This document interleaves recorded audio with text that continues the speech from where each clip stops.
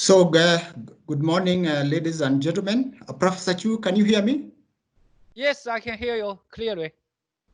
Yeah, okay, yes, ladies and gentlemen, we're going to have our first keynote speaker on progressive textiles. This will be Professor Yipin Chu, Professor of Textile Materials, Composite Materials, Nanomaterials, and Functional Textiles. He's from Donghua University. So, Professor Chu, you are welcome to start your keynote speech. Okay, before I start, I want to say just a few sentences. First, I'm the chair for the actually co-chair for the session, and so we have quite a few speakers. I think most of us actually have recorded the speech, and some may not, but we can try to have everybody well controlled within the time frame. Okay, so well, in any case, I want to thank all the audience and for participation. We'll start the session right now. Okay. Yeah. Okay. Thank you. Okay. I will actually play the video. Okay, because I pre-recorded the speech. Okay. Thank you. Okay.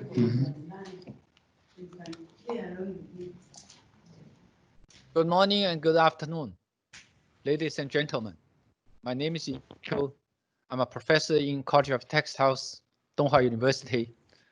The topic I'm going to talk about today is past, present, and post-COVID-19 development trend of Chinese textile industry. We all know that since the founding of New China, the country has gone through 70 years of development. So is Chinese textile industry. Chinese textile industry has been one of the most important contributors for modernization of China, regional industrial development, and construction of the community of shared future for mankind. And this is actually what we have gone through. In 1949, the country was newly set up, and this is actually the start point for growth of Chinese textile industry. And in 1978, Deng Xiaoping started reform and open door policy. And that's also another big boost for Chinese textile industry. And in 1992, Chinese government decided that we need to have market economy reform. And during that time, all the Chinese textile industry, most of them, I want to say, are actually changed to private business. And in fact, we had a very large promotion of the industry since then. And obviously, we've gone through very many things, such as in 2001, we have an in-depth economic reform. And in 2008, we experienced the global financial crisis. But textile industry is still growing, although we are facing some challenges. And in 2012, we started a new era for growth. Now, Chinese textile industry is actually one of the most important contributors for modernization of China, because we have actually completed to set up, we have actually set up the world's largest and most complete textile industry system, from raw market supply, design and product development, to dyeing and finishing, and branding and retailing. The whole supply chain. And Chinese textile industry possesses the leading capacity in every segment of textile industry supply chain in the world, and also has the greatest global competitiveness. Domestically, the annual operating revenue for enterprises above designated size reached 770 billion US dollars, which is about 5.3 of the total national industrial operating revenue in 2018. Textile and apparel exports reached $277 billion, which is about 1/3 of the global export in 2018 in textiles. And textile and apparel net foreign exchange earning reached 250 billion US dollars, which is about 71% of national net foreign exchange earning. In fact, China produces global production of 30% high-grade denim, 60% yarn-dyed fabrics for high-grade shed, and 80% yarns above 60 cotton count.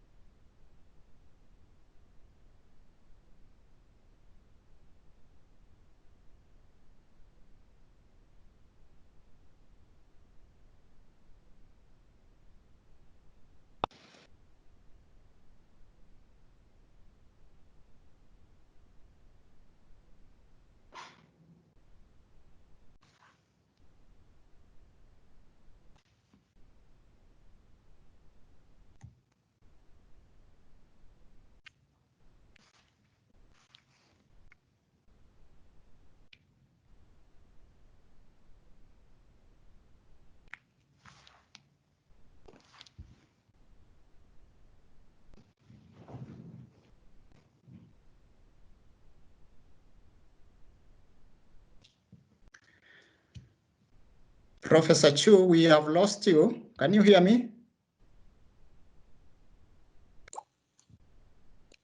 Sorry, I'm Chunchang Wei. Professor Paul, can you hear me? Yeah. Yes. Because just now maybe there are some problems with online show. So Okay. you see just half of the picture showed in the meeting room. Yeah. So can you control that to make the presenters show his whole picture? Past, present, and post-COVID-19 development trend of Chinese textile industry. We all know that since the founding of New China, Yes, now the country has through only 70 years. Only quarter of the picture. Can you control the whole? Chinese textile Make industry. The become the whole. Chinese textile industry has been one of the most important contributors for modernization of China, regional industrial development, and construction of the community of shared future for mankind. And this is actually what we have gone through. In 1949, the country was newly set up, and this is actually the start point for growth of Chinese textile industry. And in 1978, Deng Xiaoping started reform and open door policy. And that's also another big boost for Chinese textile industry. And in 1992, Chinese government decided that we need to have market economy reform.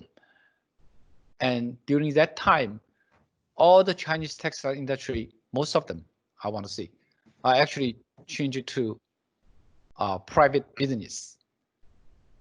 And in fact, we had a very large promotion of the industry since then. And obviously, we've gone through very many things, such as in 2001, we have an in-depth economic reform. And in 2008, we experienced the global financial crisis. But textile industry is still growing, although we are facing some challenges.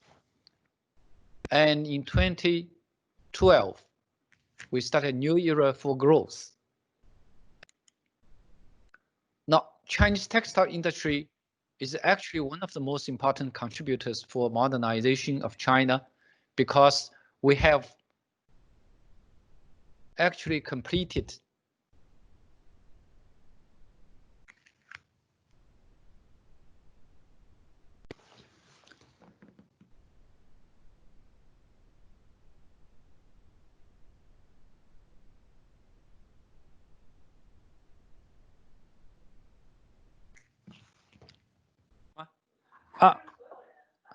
hello, everybody close your video, please close your video.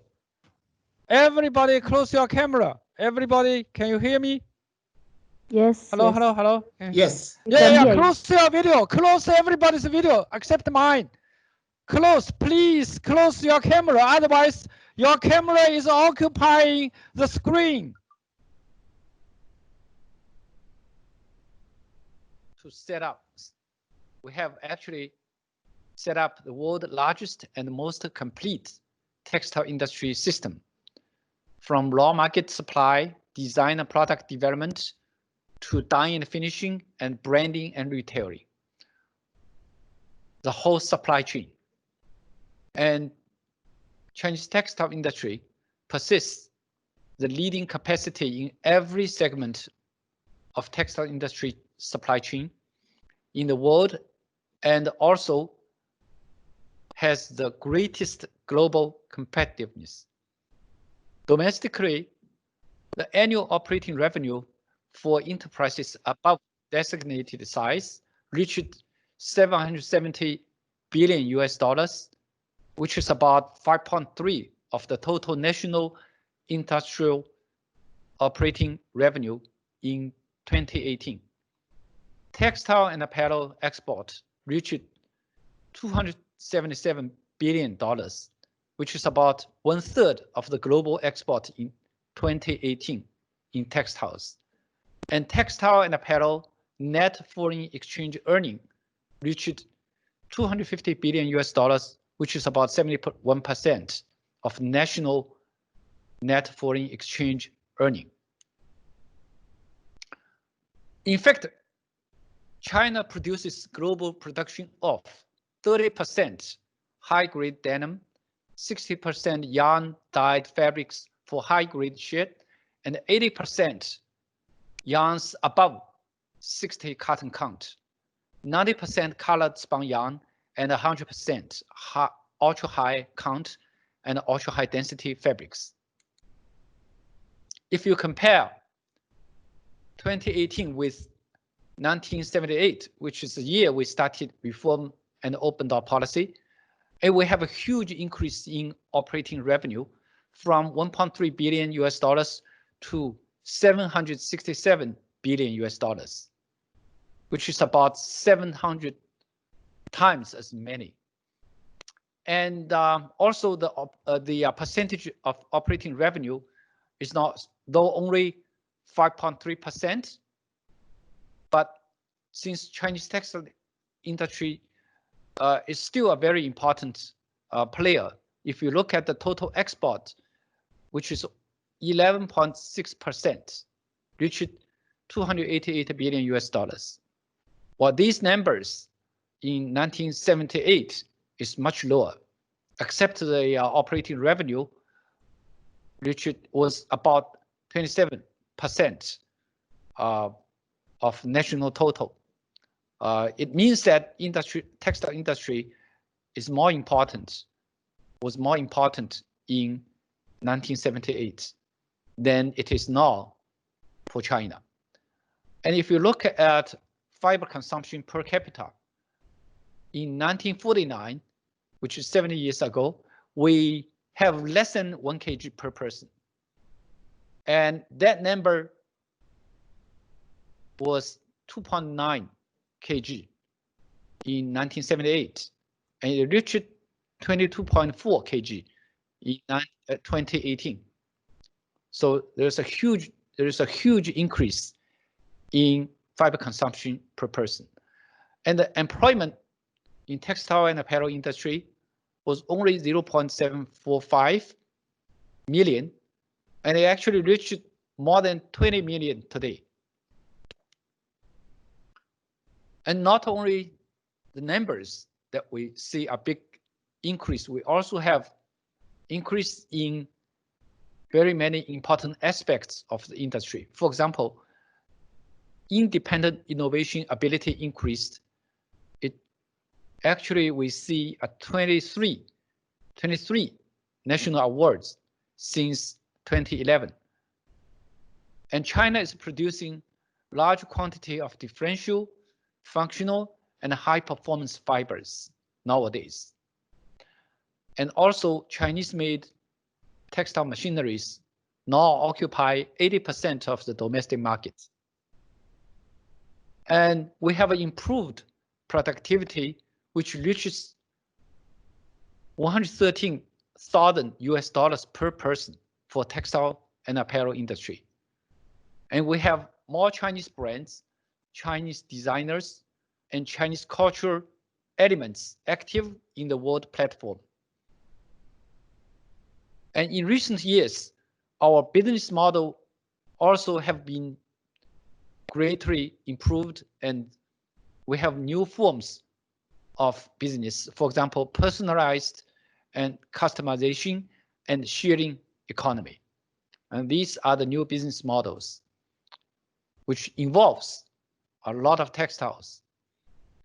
And we also, if we see the distribution of fiber consumption, in 1980, the fibers used are mostly for apparel and very little for home textiles and industry textiles. But in 2018, we have almost equal sharing of these three big categories: apparel, home textiles, and industry textiles. And in future, it's predicted that industry textiles will be 2/3 of the total fiber consumption. In terms of contribution to regional economy, we found that in top 10 strongest economic cities, all of them have very strong textile and apparel industry. And what's more important is that due to the industrial cluster in these cities, they have greatest contribution to Chinese textile and apparel industry. And not only domestically, Chinese textile industry is also a very important contributor for construction of the community of shared future for mankind, and especially for the Belt and Road Initiative regions. And if you look at this map, although it's in Chinese, but we actually can find that in many of these countries, such as Uzbekistan, Tajikistan, Pakistan, Myanmar, Bangladesh, Vietnam, and Cambodia, we have lots of investments in cotton textiles, as well as in wool textiles, dyeing, finishing, and apparel. In Africa, we invested in Egypt, Ethiopia, Uganda, Tanzania, Angola, Zimbabwe, Zambia, etc. And Chinese textile companies have invested in more than 100 countries and regions. And the foreign investment amount from China keep increasing from 2003, which peaked in 2018. In recent years, there is a small drop, somewhat from the peak value, due probably to the competition from other countries, as well as the world economy crisis that we're facing. We have a very bad situation, of course, this year. So I'm not sure in 2020, I think it will be much lower than it used to be. Now, I want to say a few things about current status of Chinese textile industry, which actually from the China Textile Industry Development Report 2019 to 2020. And if you look at the textile industry main indicators by industrial sectors in 2018 and 2019. And this statistics comes from enterprises above designated size. And we found that textile industry as a whole has a declining from the previous year in terms of operating revenue. Small decrease about 1.5% to 1.7%. And each sector, if you look at cotton, textile, and dyeing, printing, and so on, and it has a 3% reduction. But what's actually increasing is cotton, textile, dyeing, printing, and finished sector. And if you look at the chemical fiber, or we call the filament weaving and dyeing, there is a increase of 7%. In fact, if you look at all these sectors related to chemical fibers or man-made fibers, you found somewhat increase in terms of operating revenue compare 2018 to 2019. And if you look at these values, you found also for home textiles, some of the home textiles have good increase. For example, curtain manufacturing, industrial textiles, and non-wovens. Obviously, in 2020, non-wovens and industrial textiles will have a huge increase because of the personal protection equipment production, masks, protective clothing, and so on. And also a big increase is actually sports and casual knitted wear manufacturing increased 7%. Well, if you look at man-made fiber sector, almost all the sectors have some kind of increase in operating revenue. And especially I want to say that for biodegradable materials, there's a huge increase of 35%, which is above everything else. So it means that China is paying more and more attention to biodegradable materials or materials which can be regenerated. So in summary, what happening before the COVID-19, we found chemical fiber products, differential fiber products, industrial textiles, non-wovens, and sportswear are the major winners during this period. However, from the beginning of 2020, we've seen a big hit by COVID-19 pandemic. And obviously, the end of last year and beginning of this year, we thought the pandemic was just a typhoon, but it turns out to be a tsunami, which actually swallows everything, which actually changes everything. And if you look at the employment decline in the OECD regions, and you found the best performance is Germany and the worst performance is the United States. So US has a employment reduction of 10%, and Germany is about 1.5% or something. And if you look at the real incomes per head since 2003, and it keep increasing till we hit the first financial crisis in 2008, and there was a drop, and then it keep increasing again till we hit this pandemic, and we have a huge drop, which actually exceed the amount created by 2008 financial crisis.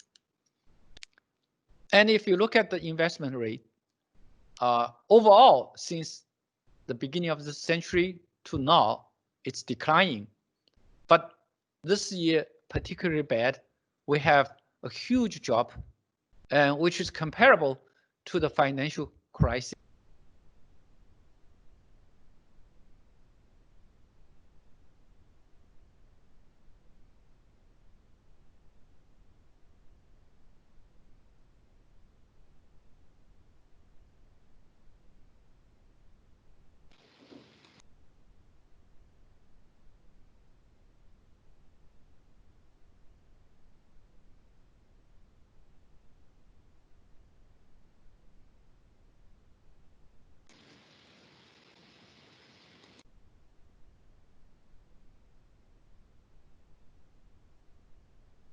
actually further down. So for Chinese textile industry, we have challenges because of the situation. And economic performance wise, we have production down, foreign and domestic market demand declined greatly, investment greatly declined, and economic performance much worsened. In terms of resuming production after COVID-19, in China, we have key enterprises rather stable, although business is slowed down, and medium and small and micro-sized companies are really struggling, and many of them have been closed. And what are the major problems? Insufficient market demand, disrupted market order, and capital turnover difficult. These are the things bothering the whole textile industry. So what is the new trend?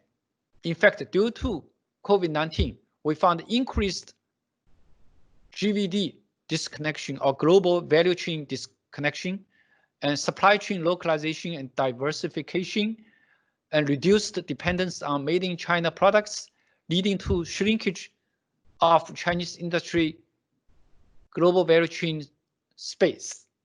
And that means that we have to move towards high-end products. So what are the trend of change in Chinese textile industry? First, the market will have to realize that global sluggish demand will last for long, and regionalized trade will be more important characteristic of globalization. And we also have to rely more on domestic market. In terms of industrial structures, products will be refocused on more functionality products. Production will be refocused on high quality and high efficiency, and channels will be recentered by value.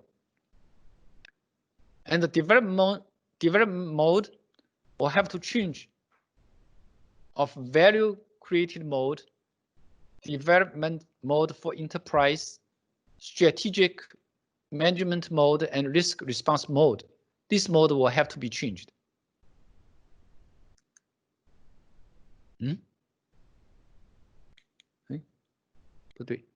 So what are the opportunities for textile products? First, personalized protection equipment to combat COVID-19, of course. And second, non-woven and textile industry textiles. Second, non-woven and textile industry textiles. Sorry, Second, non-woven and industrial textiles, which is closely related to personal protection equipment, of course. And also sportswear, because people staying at home for a long time and they want to prevent themselves from diseases. And functional and smart textiles, which is related to the development of telecommunication technologies. And textiles are suitable for online sales, of course, especially small order and fast turnover products. And we're talking about small order. We used to produce maybe 10,000 pieces of the same style of apparel. Now we talk about maybe 200 or even less. And fast turnover products, we used to have like 3 months of turnover. Now we need to have like 2 weeks of turnover. Huge difference. And we're also paying more attention to environmentally friendly textiles, such as recycled, biodegradable, low carbon emission, green production processes, and try to save water as well. So development of textile industry requires our joint effort.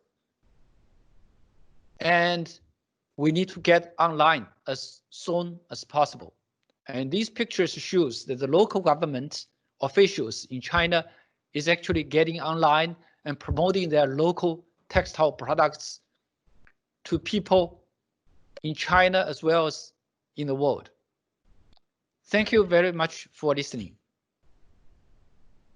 Thank you very much, Professor Chu.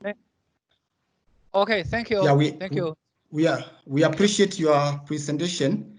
Now, do we have a question from the audience? Anybody with a question for Professor Chu?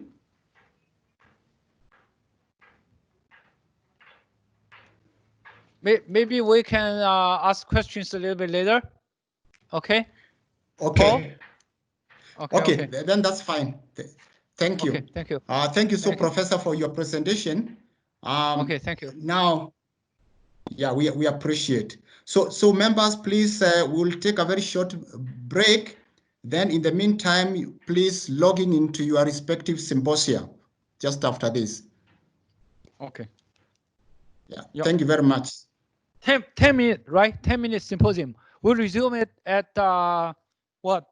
11:30, correct? Yes, 11:30. Oh, okay. Thank you. Yeah.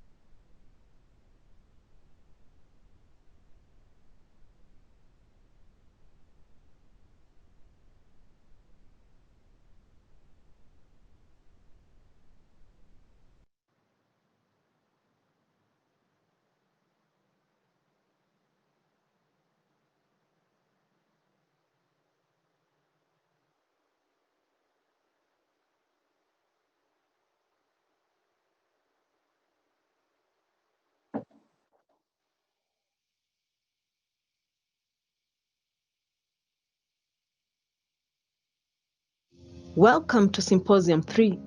The theme of this session is Progressive Textile. The presentations will include Sustainable Textile Technologies, Textile Engineering, Technical Textiles and Composites, Textiles of the Future.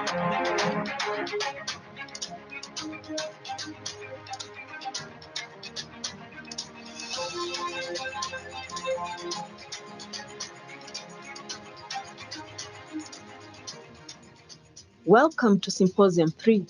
The theme of this session is Progressive Textile.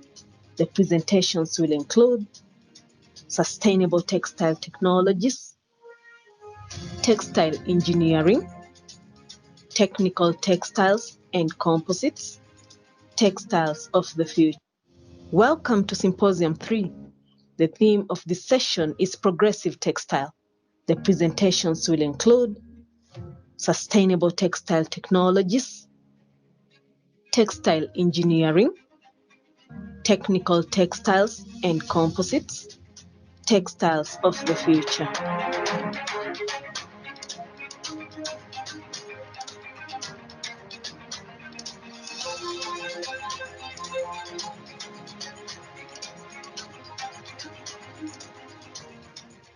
Welcome to Symposium 3. The theme of this session is Progressive Textile. The presentations will include Sustainable Textile Technologies, Textile Engineering, Technical Textiles and Composites, Textiles of the Future. Welcome to Symposium 3. The theme of this session is Progressive Textile. The presentations will include Sustainable Textile Technologies, Textile Engineering, Technical Textiles and Composites, Textiles of the Future.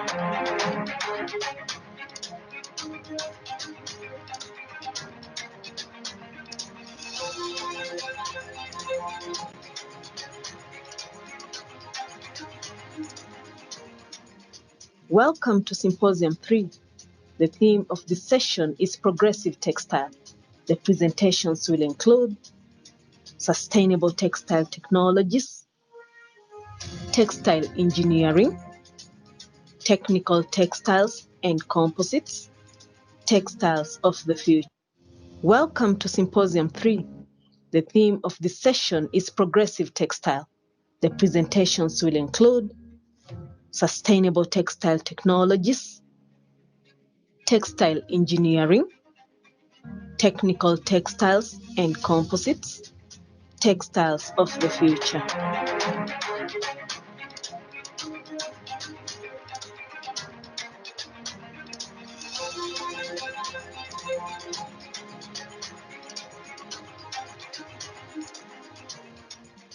Welcome to Symposium 3.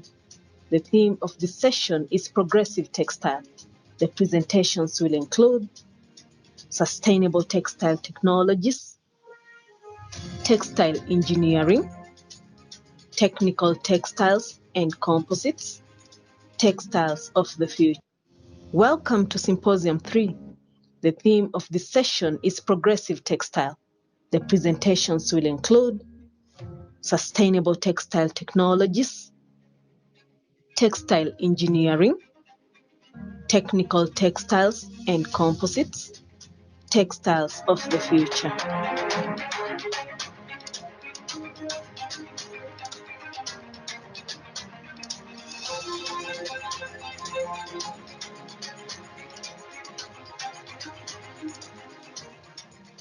Welcome to Symposium 3. The theme of this session is Progressive Textile.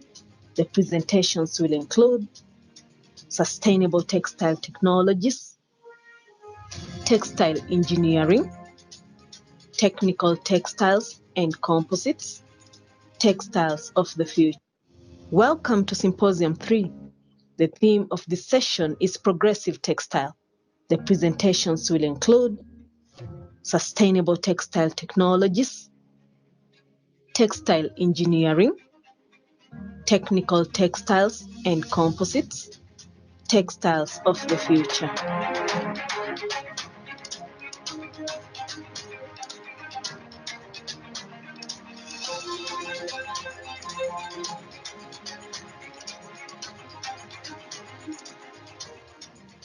Welcome to Symposium 3. The theme of this session is Progressive Textile. The presentations will include Sustainable Textile Technologies, Textile Engineering, Technical Textiles and Composites, Textiles of the Future. Welcome to Symposium 3. The theme of this session is Progressive Textile. The presentations will include Sustainable Textile Technologies, Textile Engineering, Technical Textiles and Composites, Textiles of the Future.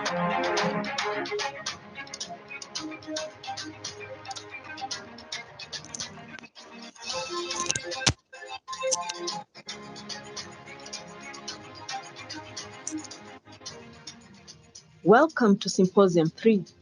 The theme of this session is Progressive Textile.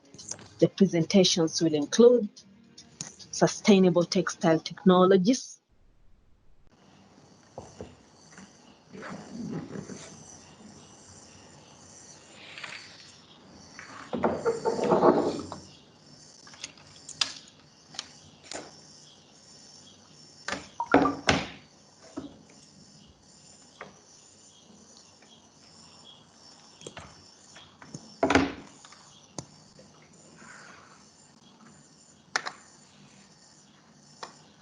Hello, hello. Let's see. I'm Hello. not sure if I. Hello, hello, hello. Can you see me? Hello. Yes, we can see you. Yeah. Okay. Okay. I can't see myself. That's the trouble. Okay. Can you hear me? Okay. Yeah. Let's see. Let me see. Yes, we can hear you. Oh, okay. Very nice. Very nice. And we can Just see want you. to see. Okay, nice. Because I can't see myself. That's very interesting. Just make sure Let me that see. sure that the Teams app is running and it's the one that you have it on. Okay, okay, okay. So let's see. Who is waiting? Somebody is waiting in the. Okay, okay, good, good. So Yeah. Well, now we start the session. Okay. The session number 3, and so I'd like to invite our next speaker, Professor who. Let me see.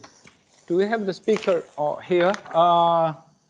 Yeah, John Kafafa, right? Do we have Professor John Kafafa? Please. We should have John Kafafa, Professor John Kafafa. Yeah, okay. Okay. Let's see. Please.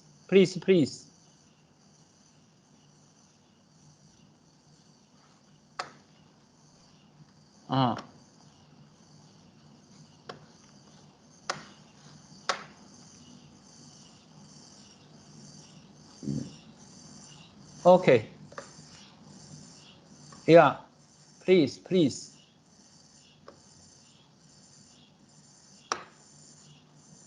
So, can all of you hear me? Hello? Yes, I can hear you. Yes, Oh, we can okay. hear you. Oh, okay. Caroline, right? Caroline, do you know if we can ask Professor John Kafafa to give a talk? Yes, you can ask him. Okay, please. Okay, let's see. I don't know. No, he is still he's muted, so maybe we can. Let's see.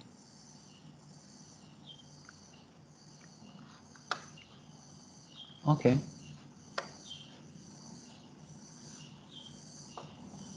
Okay, so he should be able to talk, right? Does he know that? Yes, he knows. I've just informed him. He knows that he's the one that's going to present. Okay.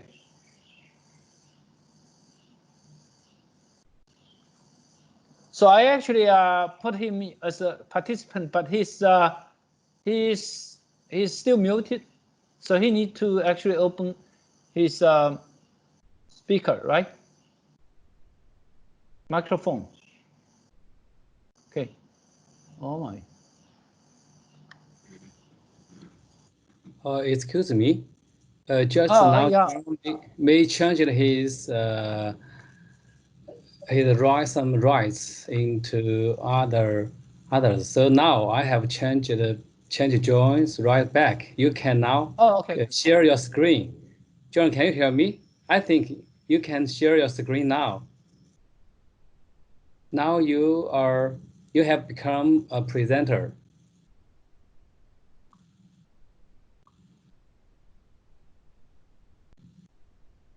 Yeah, hello, I'm not sure. John. Hello. Yeah, go ahead. I can't see the screen. Yeah. Please. Do you have some trouble on share your screen? Hello, John. You can tell us directly.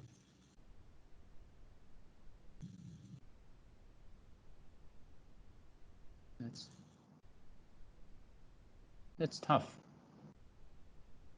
Ask him to, John, please share your screen and you can start talking. Or if you record it, you can play the video. Please.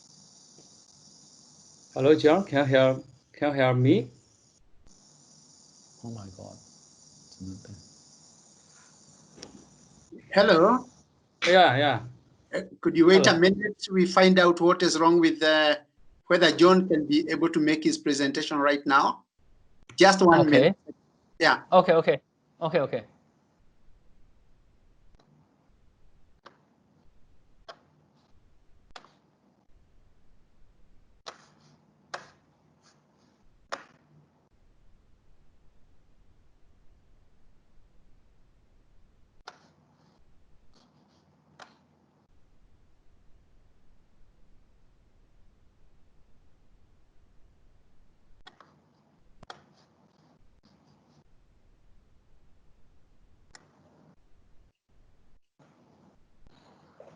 John Kafafa, I hope you can present.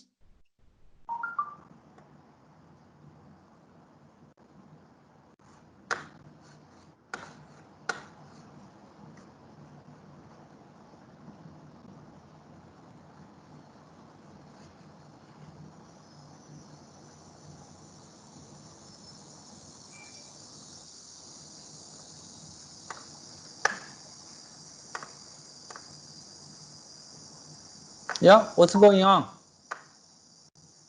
Maybe have some problems with sharing screen.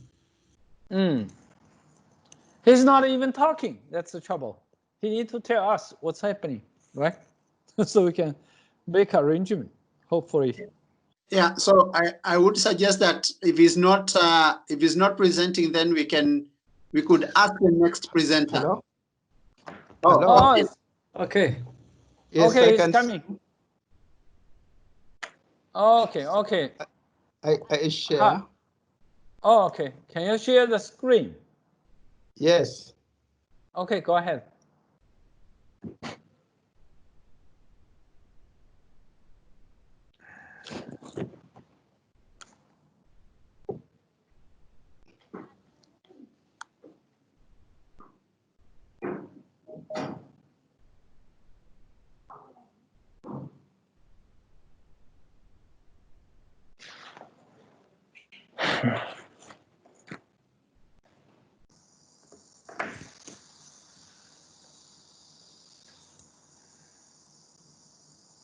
Yes.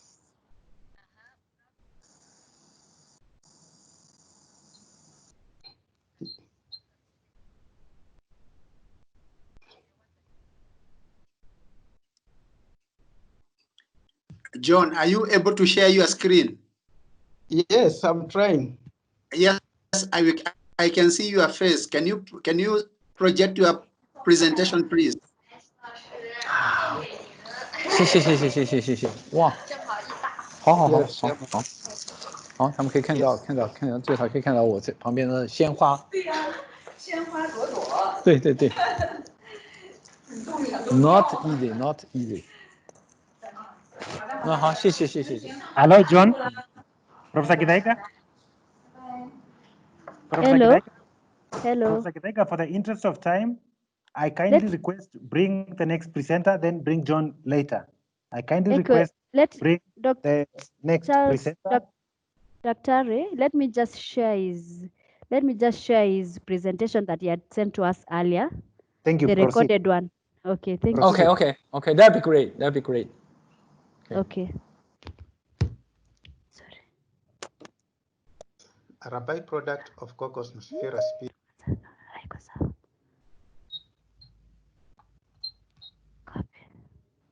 Coconut trees are grown in Kenya, especially in Kilifi, Kwale, and Malindi, for the purpose of oil extraction. After oil extraction, the housing, which is the husk, is left and thrown around the landfills. This poses an environmental challenge.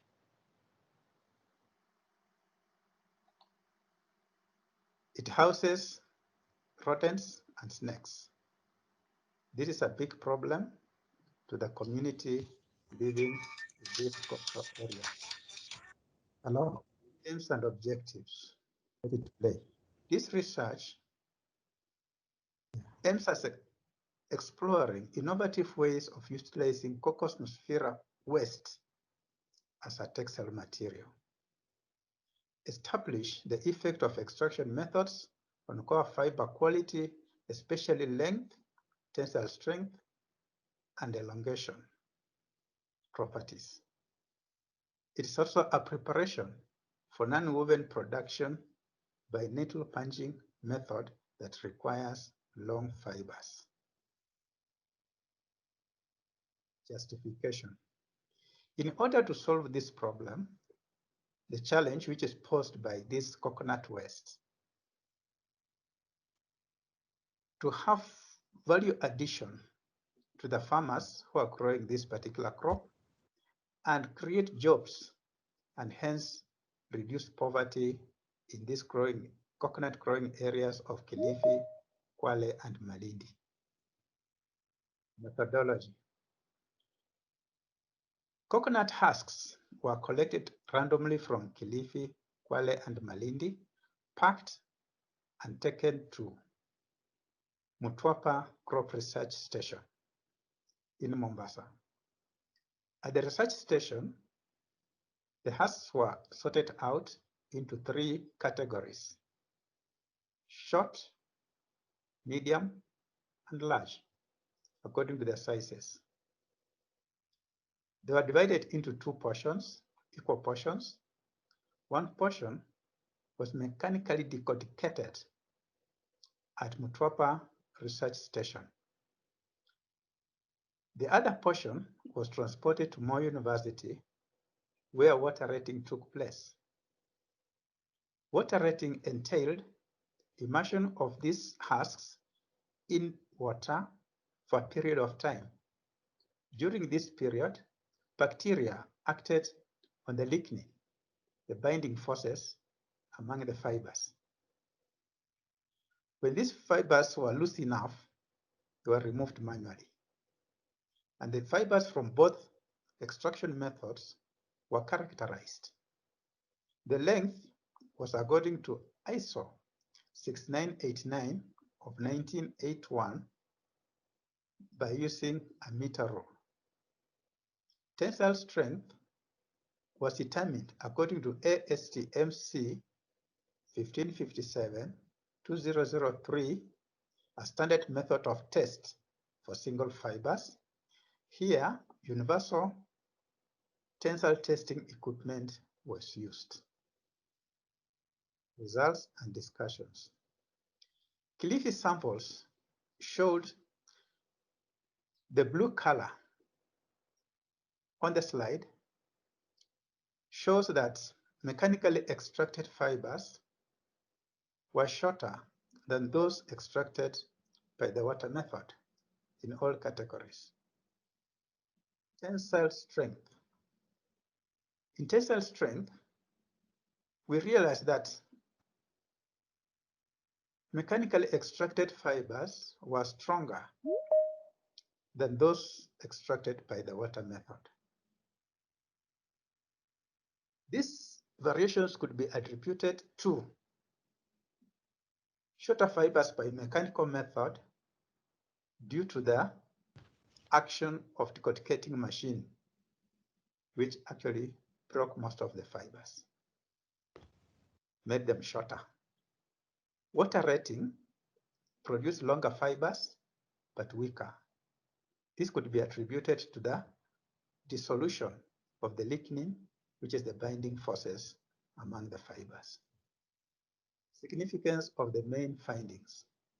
A suitable extraction method for producing fibers required for little punging of non-woven fabrics was water rating. This is because it produced long fibers. There are variations in core fiber qualities originating from different localities within the same region. This could be due to different farming methods used by different farmers. Cocos nuspira fibers can be used to produce commercial items such as non-woven fabrics. Immediately this one gets. Water rating method produced longer fibers. Mechanically extracted fibers were stronger in all areas of Samboling, Kilifi, Kwale, and Malindi. There is a significant variation of core fiber quality originating from different counties from the same region. Any questions?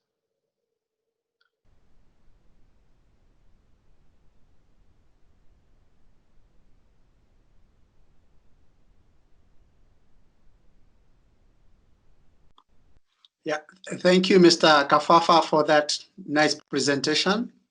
Our chairman, please.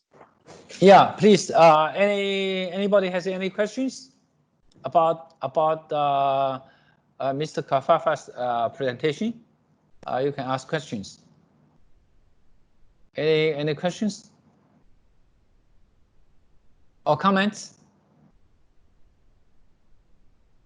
Yeah, I have just a short question. Just the, do you have any practical application in using the cornea fiber for composite materials? Like, you know, if so, what kind?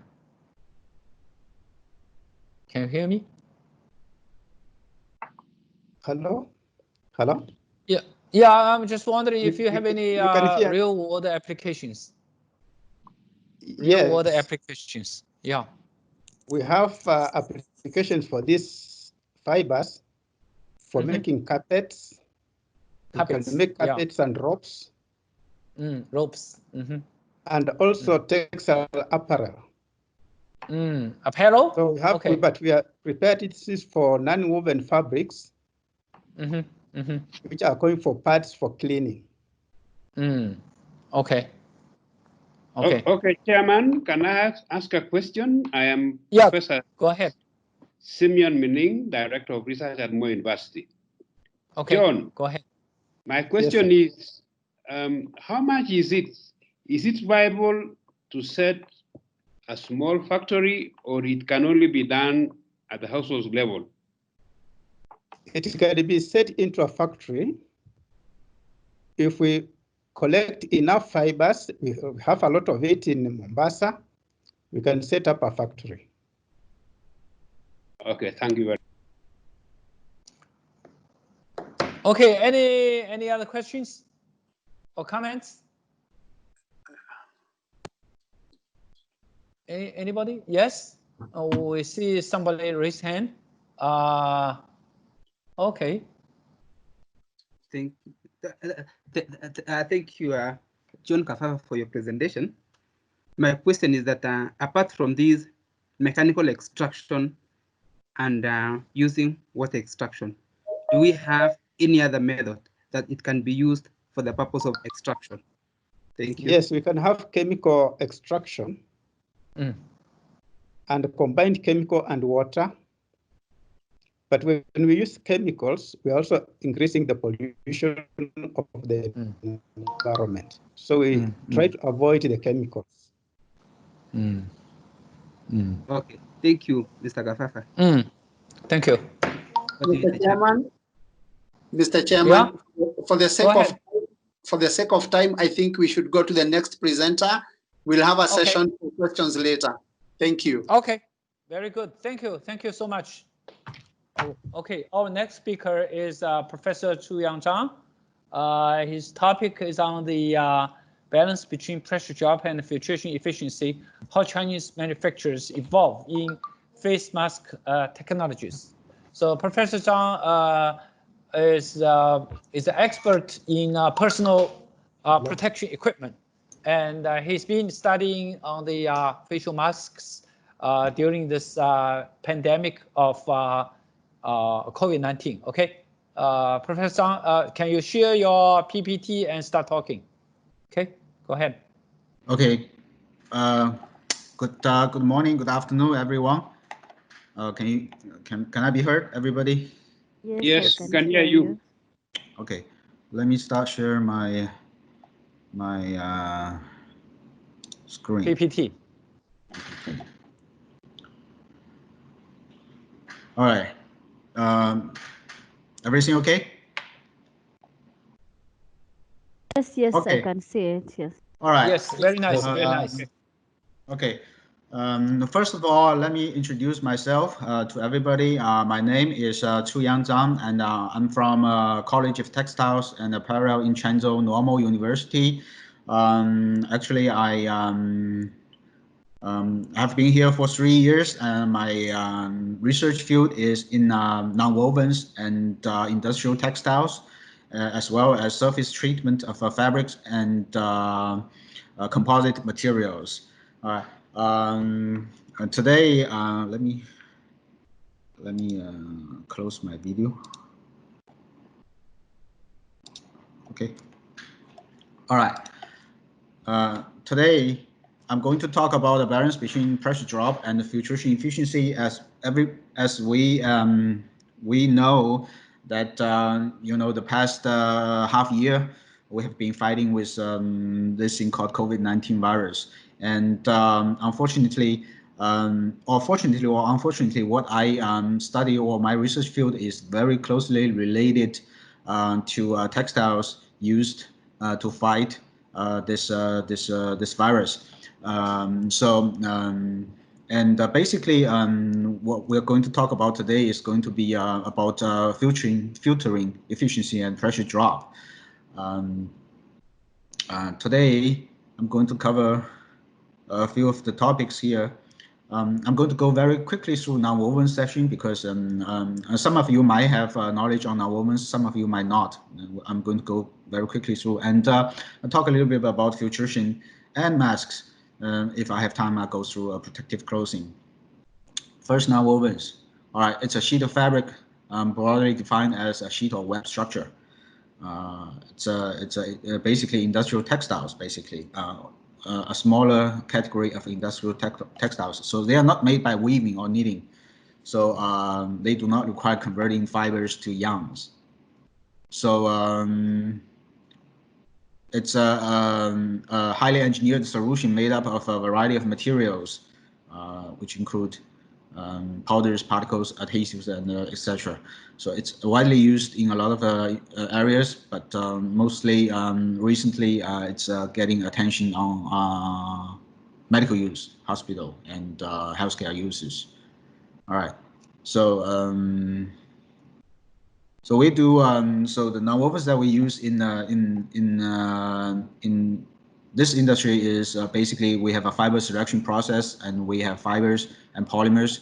So polymers actually fibers can be laid through dry lay or wet laid, or can be spun through spun bound or melt blown process. And then all these processes we have a bonding process. All right. So after we lay the fiber, we form the web. We have a bonding process. And the bonding process could be a thermal, chemical, or mechanical bonding. Then we have a finishing step. We have mechanical and chemical finishing, and then we have a web. So the fabric that was mostly used in face masks, or the functional layer, or the most important layer, is something called melt-blown web. The melt-blown process is indicated in this diagram. Basically, we have a molten polymer, and the hot air going through an air channel that actually act as a drawing force to draw the polymers from its dye. We call it, and then we also have ambient cooling air to cool it down. So the melt-blown fibers was drawn by those hot airs at a very high speed, and so we form a fiber that is roughly around 2 to 3 microns in diameter. And then we have a collector surface. Either it's a drum or it could be a belt, conveying belt. So this is a melt-blown process. Of course, S-bound melt-blown web also has to be electrocharged to have the capability to collect airborne particles. So this is a spun-bound process. Those are the webs that's used also in face masks, the outside layer and some of the inside layer. So we have a melt spinning process. And the biggest difference between a spun-bound process and a melt-blown process is the drawing process here. So the spun-bound process web is coldly drawn by cold air, basically, or it could be also be mechanical drawn. And then when the fibers reach the web, it already has a very strong force compared with a melt-blown web. So then it's bonded through mostly through calendar bonding, heat bonding, and then wound up. So now about filtration. So face masks is basically a filtering process. So we have a filtering method that it has initial collision and it has condensation, interception. Also, it has something called electrostatic absorption, and we also have absorption effect, and we have a Brownian motion. So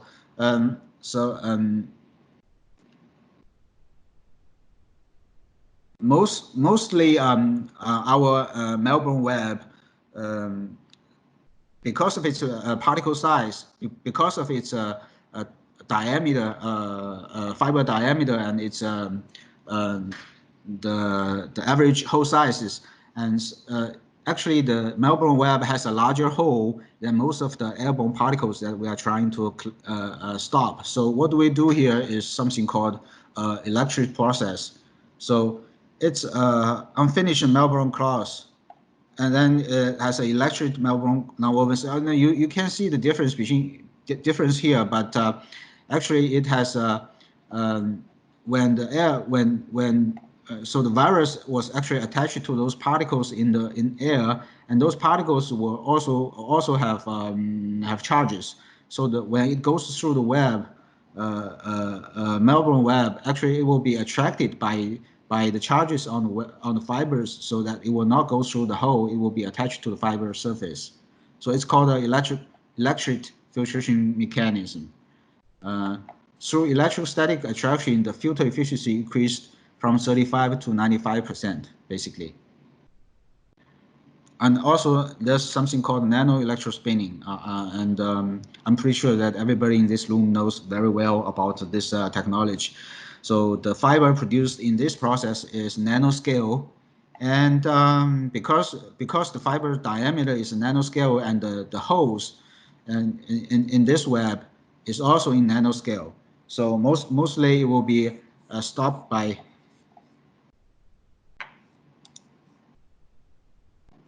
Hello? Hello. All right.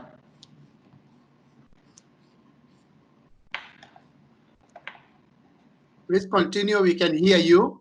Oh, you can hear me? I got a phone call in, and it's telling me that I can't be heard. Okay. All right.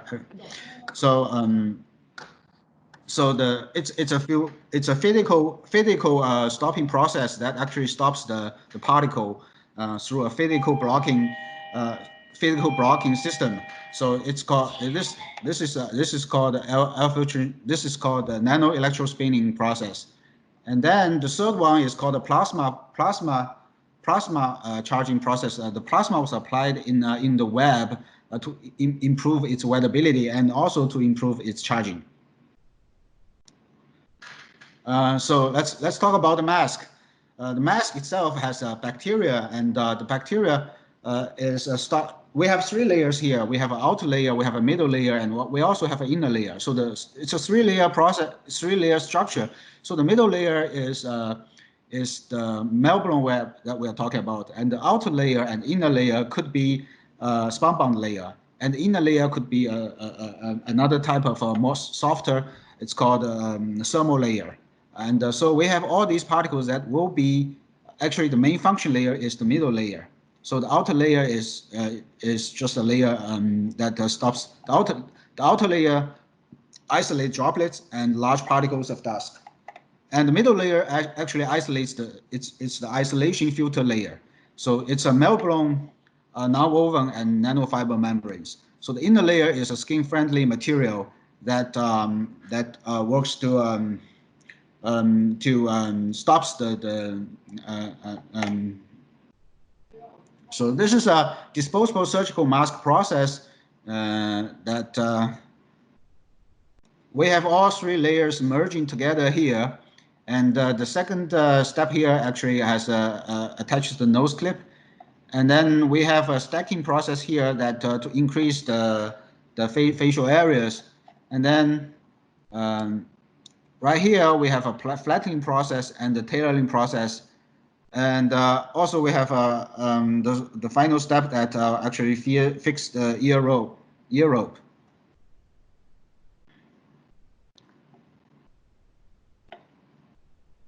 And this is actually a physical. The other procedure is basically the same as a disposable face mask process. And after everything is made, it goes into a disinfect process that disinfects the face masks. A mask classification, it has a common cotton mask that was used 10 years ago. It's not very common to see this type of mask now. And the filter particles are greater than 5 microns. We have surgical face masks. The first type is a disposable face mask that is most commonly used. And then we have these surgical masks, what we always call N95. And this is an N95 mask with valves. Actually, this valve only protects the person who's wearing the mask, and it's a one-way valve that will not protect the people around this person who's wearing the mask. So basically, it protects the person who wears the mask from the environment, but it will not stop the virus if this guy is already infected. it will not stop the virus from getting spread it out. So, and we also have some other types of protective masks. So the core technology of our respirator, is the middle layer, the melt-blown cloth. All right. So when we talk about filtration efficiency, what do we need? So the size of bacteria is around 3 microns. So that's what we call a bacterial filtration efficiency, greater than 95%. B stands for bacteria. And then, but we have size of virus is 50 to 80 nanometers. So how could a face mask that was designed to stop 3 micron particles to stop virus, which is 80 to 90 nanometers in diameter? So, and then also we also have a term that's called particulate filtration efficiency, which is termed here as PFE. So, so here we also you know, how do we stop this kind of virus if it's this small? So, virus itself cannot flow around in the air, so it will not fly. It cannot fly. So the virus itself has to be attached to a particle surface, which is droplets in the air, and also airborne particles. Now those airborne particles are what we call regularly PM 2.5 or PM 10 or PM 0.5. So this diagram shows particle size. If the particle size is smaller than 0.1 microns, it will have most penetration. So what we actually need is to stop particles smaller than actually in here is 0.3 microns. So that's why this PFE, particulate filtration efficiency, is designed to stop 0.3 microns. So if the particle size is smaller than 0.3 microns, then we call this PFE.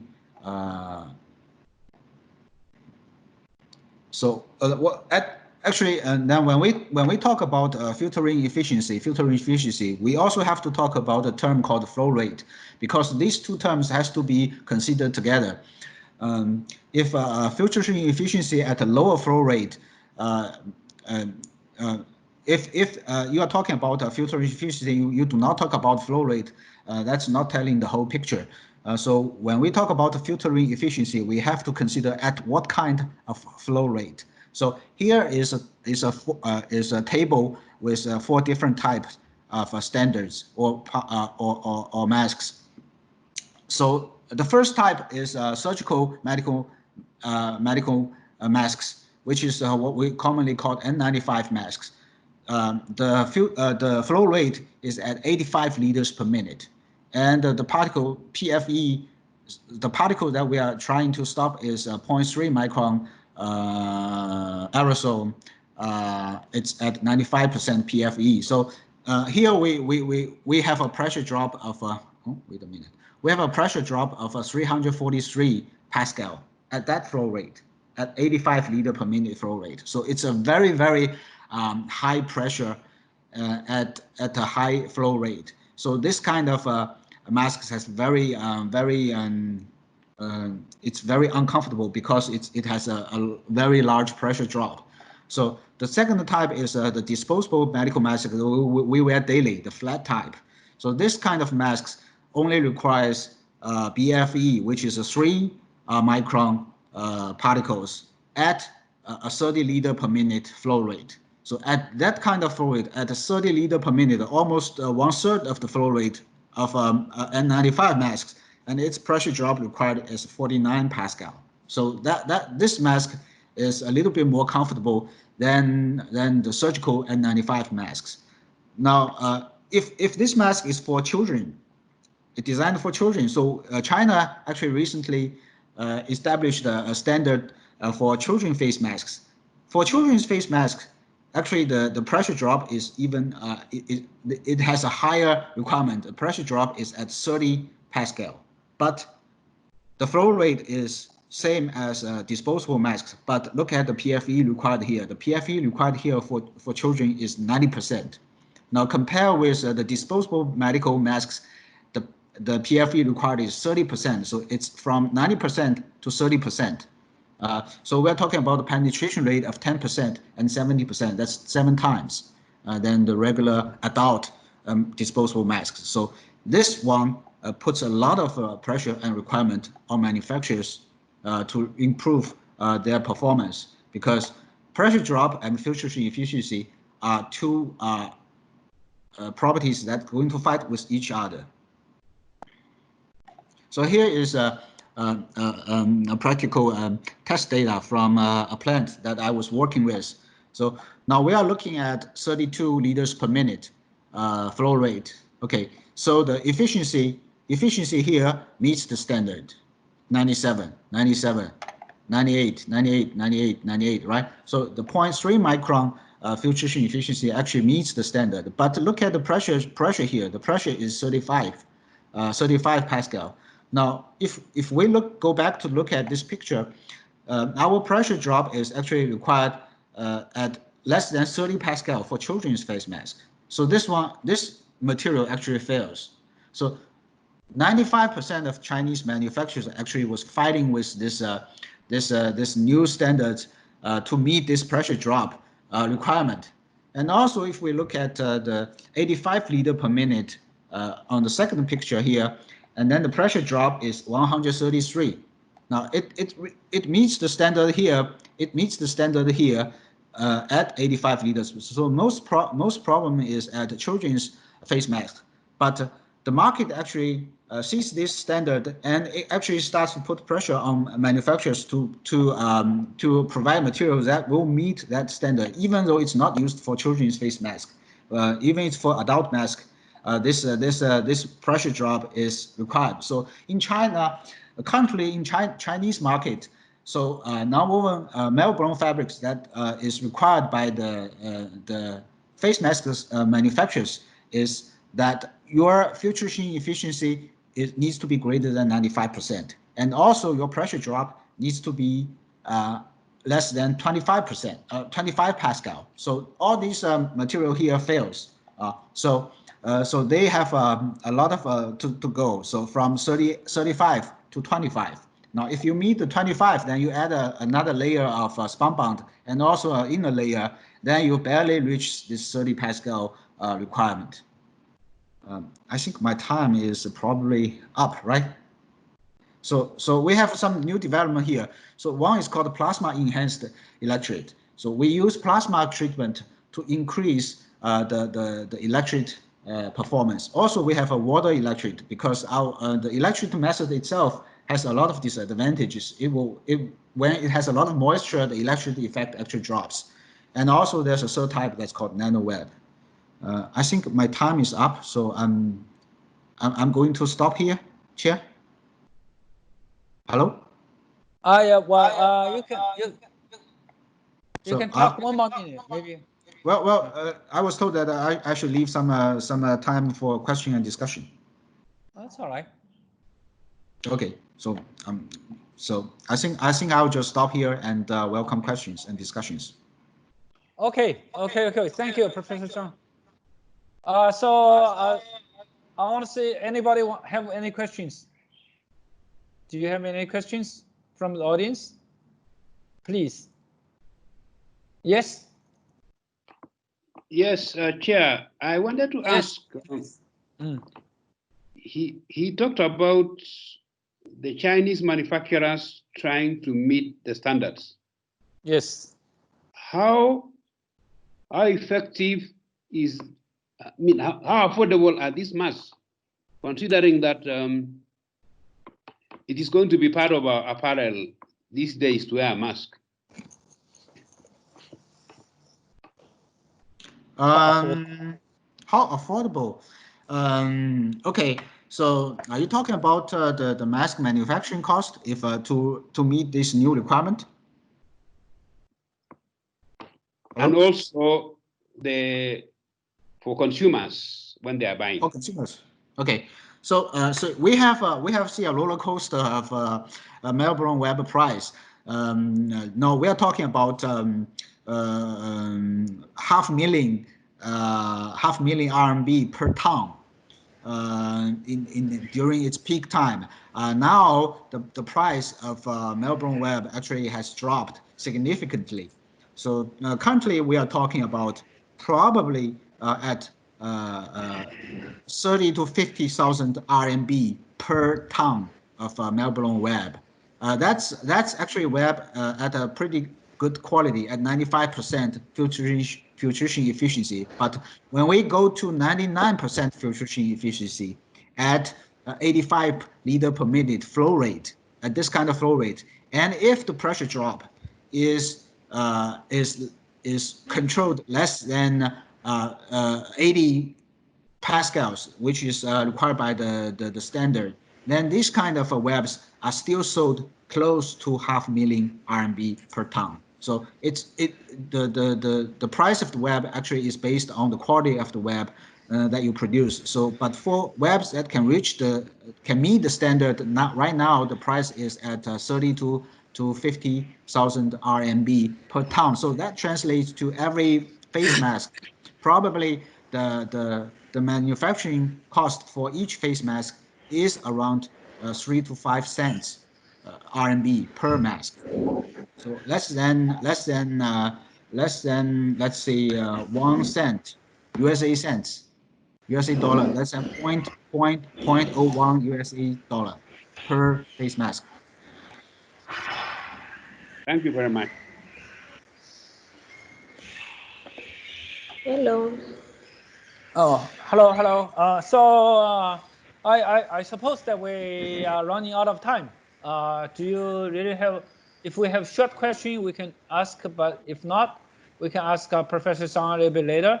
Maybe offline or somehow. Okay. Okay. All right. Okay. Let's move on to the next speaker. Okay, our next speaker. Langet, Professor Langet, right? Yes, sir. Yes, I can hear you. Oh, okay. Can you talk? I mean, can you share your PPT and start talking? Topic: effects of alkaline and microwave surface modification on keratopis bast fibers for development of fiber reinforced PLA composite, right? Okay. Yes, sir. Yeah. Okay, go ahead. Yeah. Okay. Okay. Thank you so much. Can you play the blow it up? Yeah, go ahead. Play. The PPT? Yeah. Play your PPT so we can see it better. Can you do that?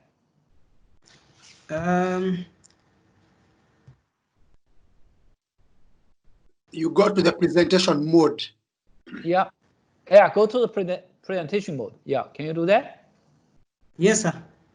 Okay, is it okay? It's not working. No, not okay. Go to the slide mode. Yeah, I've gone to the slide mode. Okay, but it's not showing up somehow. It's all right. Enoch. Yes, sir. We should only be able to see this one screen if you put it in the presentation mode.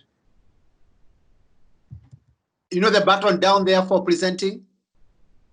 In my laptop, yes. Yes. Please click it. Click it.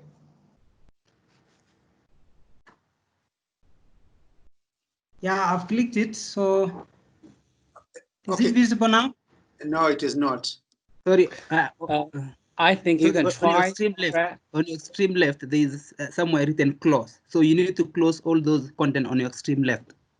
No. You do know the slideshow? Yes, I know. Go to the slideshow and say the start one. There at the top.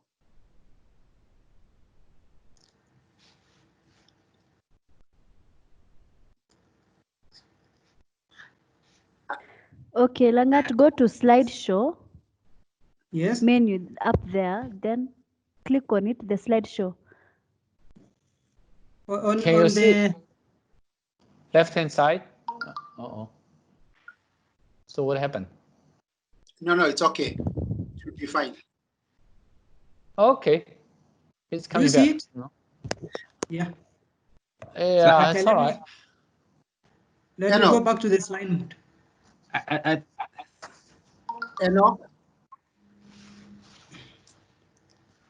I think the first thing that he needs to do is to close the content on the extreme left. Then you proceed to slideshow. Yeah. So first, please close the content on your extreme left, and then you go to slideshow. Okay. Now proceed to the slideshow. Yes, is it okay? Okay. Is it okay? It's not coming. Okay, sorry. Now, can you just press F5? F5. F5. Sorry. What was it again? Hello, is it okay? No. No. F3. F3. Shift to F3. Sorry, I had a problem with my laptop. Oh, no. I think what happened is that you probably first you back out of the screen share mode, and then you go to the PPT and let it play. Once it played, then you share it again, then you'll be okay. Understand what I'm talking about? No, you withdraw first from the shared, and then you play, then you share. You understand? Play and share. Okay, try that. I play first. Play. Yeah, play first Okay. and then share. Then share.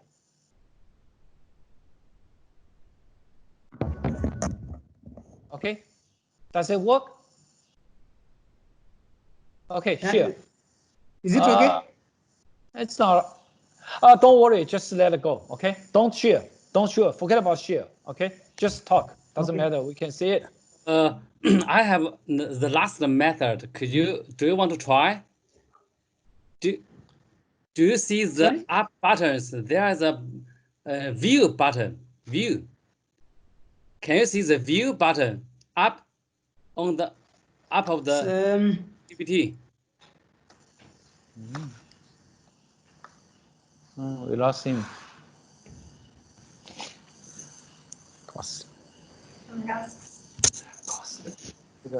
Hello, Carl. Yeah. Do you see the button for the view? View on the middle of the up buttons. No, not there. No. The top command. No. Back. Yes. In the middle of the up buttons. Up. No. In the middle. Oh, yeah. View. VIEW. View. Can you see the view? Yes, right. Then press reading view. Press reading view. Reading view. Left. Yes. Hey, no, left. Oh, yes, right. Reading view. Yes, Okay. it works. Right. Yes. That's it. Is it okay? Yeah, that's okay. Okay. Oh, thank you. Sorry for that. Understand. Go ahead. Okay. So, my name is Enoch Klangat from Moi University School of Engineering and Department of Manufacturing, Industry and Textile Engineering. And my presentation is about effects of alkaline and microwave service modification on Calotropis procera bast fibers for development of fiber reinforced polylactic acid composite. And to start with is that there is a lot of disposal of petroleum-based products or plastics into the world. And it has been established that it is about 150 tons per year. And this has raised a lot of environmental concerns. And again, this has also led to the exploration of a need to develop alternative methods as well as materials to reduce or replace these petroleum-based products. And one of the ways is to use bio-based materials. And in this case, I'm considering Calotropis procera plant, which grows mainly in arid and semi-arid areas. And it has been identified that its fruit fibers and the back or the bast fibers can be used as a textile fibers. And therefore, the focus here is to use or exploit or explore ways to exploit this natural abundant resource and to benefit humanity as well as environment. And the main objectives were to extract and characterize the calotropis bast fibers, to treat them, to modify the surface of the fibers so that it can be used to develop a biodegradable composite so that it can have that adhesion between the resin and the fibers. In justification is that it's going to help to develop environmental friendly products as well as utilization of resources that we have, which are still not yet domesticated, but through such kind of projects can help in domesticating this kind of plant, which eventually help the farmers to actually create a source of income as a cash crop. And again, it can be a way of establishing further studies for utilization of this kind of product.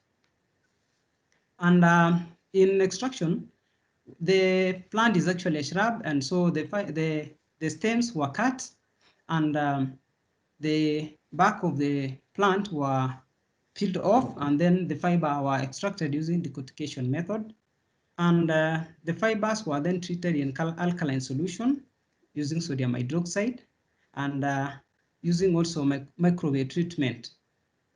And after that, the fiber were characterized using the standards, ASTM standard, as well as ASTM standards that were used for fiber linear density, and another property was fiber tensile strength.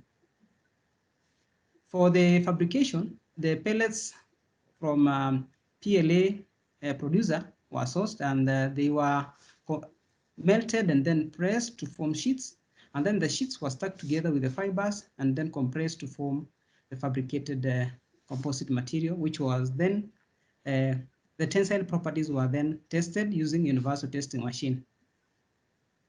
And the results showed that the mean linear density of the fibers after treatment reduced in both alkaline and microwave, although alkaline treatment reduced were a bit lower than the microwave, and this could be attributed to the removal of some of the elements in the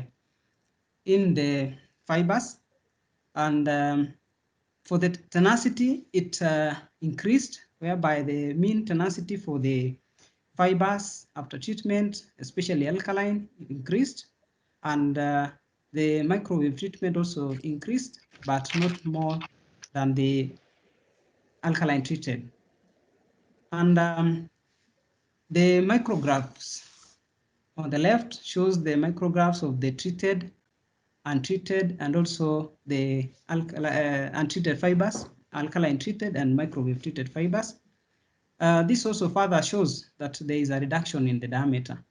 And for the fabricated composites, the 5% solution of sodium hydroxide solution was submerged. The fibers were submerged before the production of the composite material, and on the other sample, the fibers were treated in the microwave for 4 minutes using 231 watts.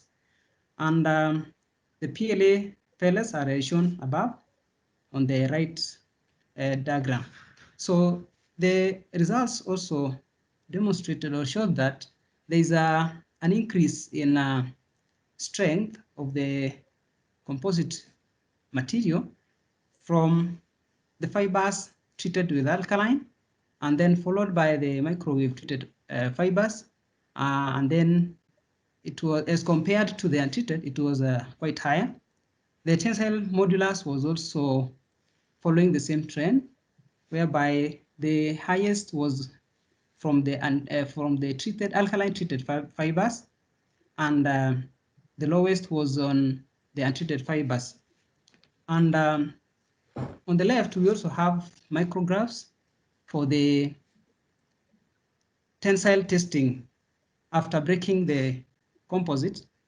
The micrographs showed that for the treated fibers, there is quite a number of breakages of fibers compared to untreated fibers, whereby for the untreated fibers, there were a high or pull out of the fibers.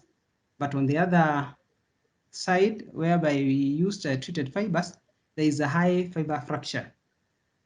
And for water absorption, the fibers that were used were treated, untreated, and for the microwave treated and for the alkaline treated fibers, it showed that there is a bit of reduction of water absorption as compared to the untreated fibers. This could be attributed to that adhesion of the fiber and the resin, because after treatment, the fibers will have higher or improved adhesion between the fiber and the resin as compared to the untreated fibers. This could give room for water absorption. So the significance of these findings is that the environmental friendly methods can also be developed or can be used for treatment, such as microwave treatment method. And then the fabrication process that were used can also be studied. And this can also help to reduce the delamination problem because of the problems that are encountered using this compression molding method. The findings for this research can also be used for further research or study for this kind of composites. And for the conclusion part is that the Calotropis procera bast fibers can actually be successfully extracted and can be used for developing products that are biodegradable. And concerning the environmental issues, this can be a study that can be further studied so that we can develop even other products or other areas of application of this kind of material. And also the treatment part increased the adhesion between the Calotropis bast fibers and the resin. So these treatments can also be can also be used so that we can move from non-environmental friendly processes and into environmental friendly methods, so that we can improve on our processes as well as utilization of the abundant resources that we have in various places of our countries. And this will also improve the livelihoods of our people through domestication of this kind of plant, as well as establishing processing methods that are going to be sustainable in our countries. So thank you so much for listening, and I welcome any question or comment. Okay, the talk is open to discussion. Any question from the audience? Anybody has any questions about the Yes, talk? please. Hello. Hello. Yes, can I ask the question?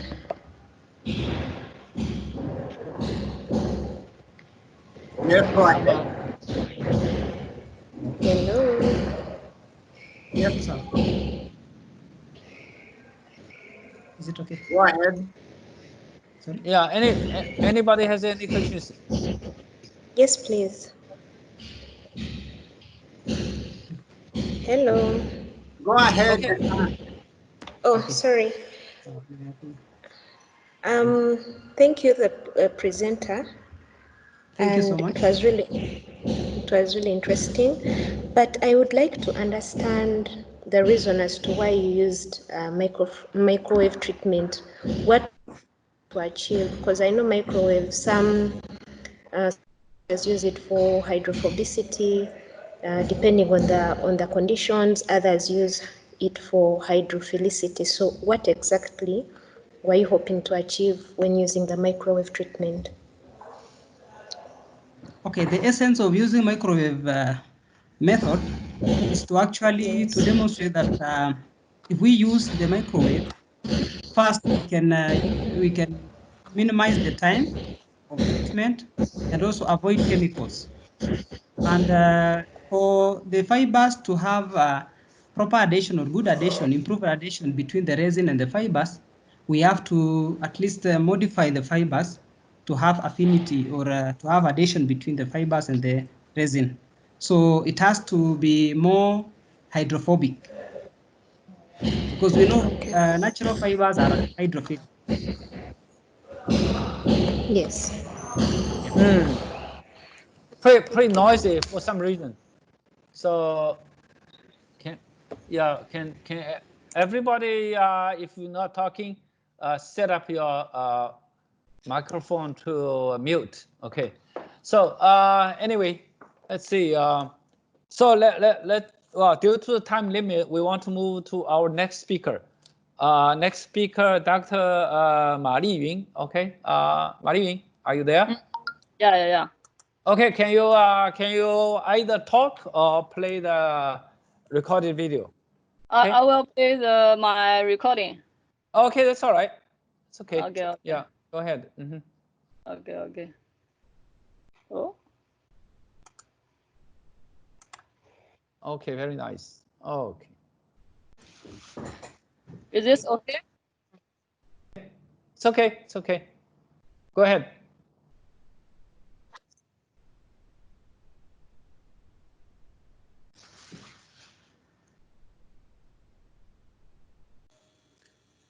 You should press play.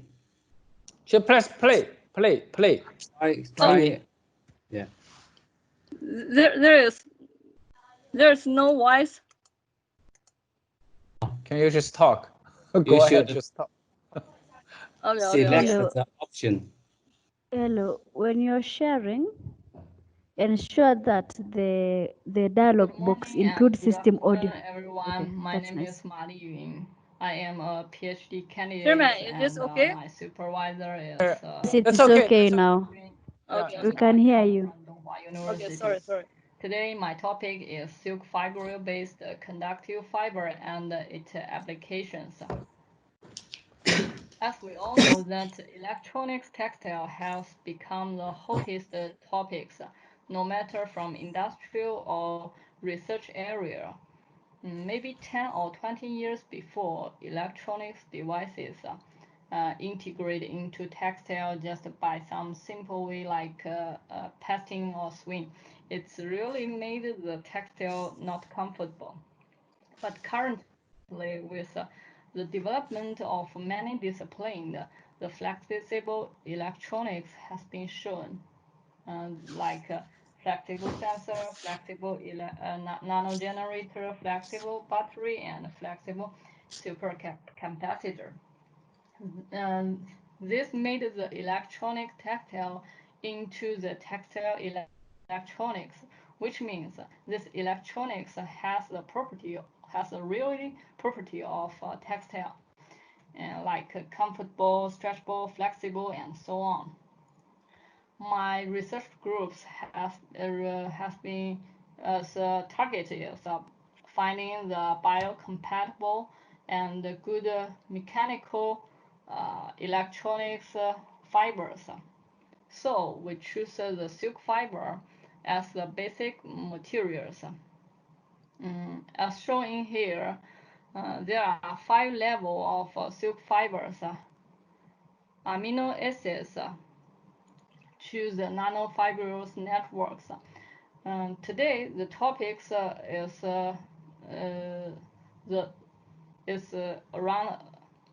just about the mesostructures components, which means level 3 to level 5. Beta crystal to the nanofibrous networks. Why this mesostructure is so important? Because of the recently research has been giving us a new conception that the microscopic behavior is manifested by the mesoscale, not at the atomic or nanoscale. So my supervisor, Professor Liu Xiangyang, has been suggested a new strategy that reconstruction the mesoscope structure to control the micro performance, and then the new mesos materials will be shown. So we use the silk fibers 5 levels structure and get the regenerated silk fibrous solution from the silk cocoons. Using the wet spinning methods to get this carbon nanotubes and the silk fibril hybrid conductive fibers. We can see that the diameter of this fiber is just like a hair. And then the mesoscopic of this hybrid networks has been studied by OD and small angle axial scattering. From the OD's result, we can see that with the increase of CNT, the duration time of this materials has become shorter, and also the beta crystal and beta formation has been increased. This is because that the CNT in here has been played the role of seed, which means if we just use silk regenerates silk fibrins to fabric the silk fiber, there will be only the silk nanofibril networks. If we add the CNT into these materials, we can reconstruct the whole new fibers by the reconstructions hybrid networks. And we tested these networks by the AFM. We can see that CNT and silk nanofibril is just like this networks phenomenon. And because of this mesostructure strategy, the microscopic mechanical properties can be controlled, which means we can say that the strength of this fiber has been higher with the increase of CNT, and the morphology and the biocompatibility of this fiber has been tested also. We can see that the compatibility of this fiber is very good than the CNT fiber, and also the morphology also of this fiber is also very good. And we also studied the conductivity of this CNT and SF hybrid fibers. We can see that with the increase of CNT, the conductivity has been also higher, and there is a interesting phenomenon happened that there is a sharply increased between 30 to 35. This is because the threshold, and also because our mesos strategy made these fibers so highest conductivity. And we compared this work with other similar works. We can see that the conductivity is really high, and also with the good mechanical properties, we made these fibers integrate into the tissues. We can see that it not sacrificed the textiles property. And also we made these yarns into the pressure sensors. We use EcoFlex and this CNT and SFERs into the capacitive pressure sensors. We tested this response time and recover time is just 0.2 and 0.3. And also the stability of this fiber, this pressure sensor is also very good. And the response of this sensor is also very good too. Based on these mesoscopic structures and the silk fibrous cycle contractions properties, we made this hybrid fibers with humidity response conductivities. We can say that in the low levels of humidity, the silk nanofibrous contraction lead the CNT's overlap become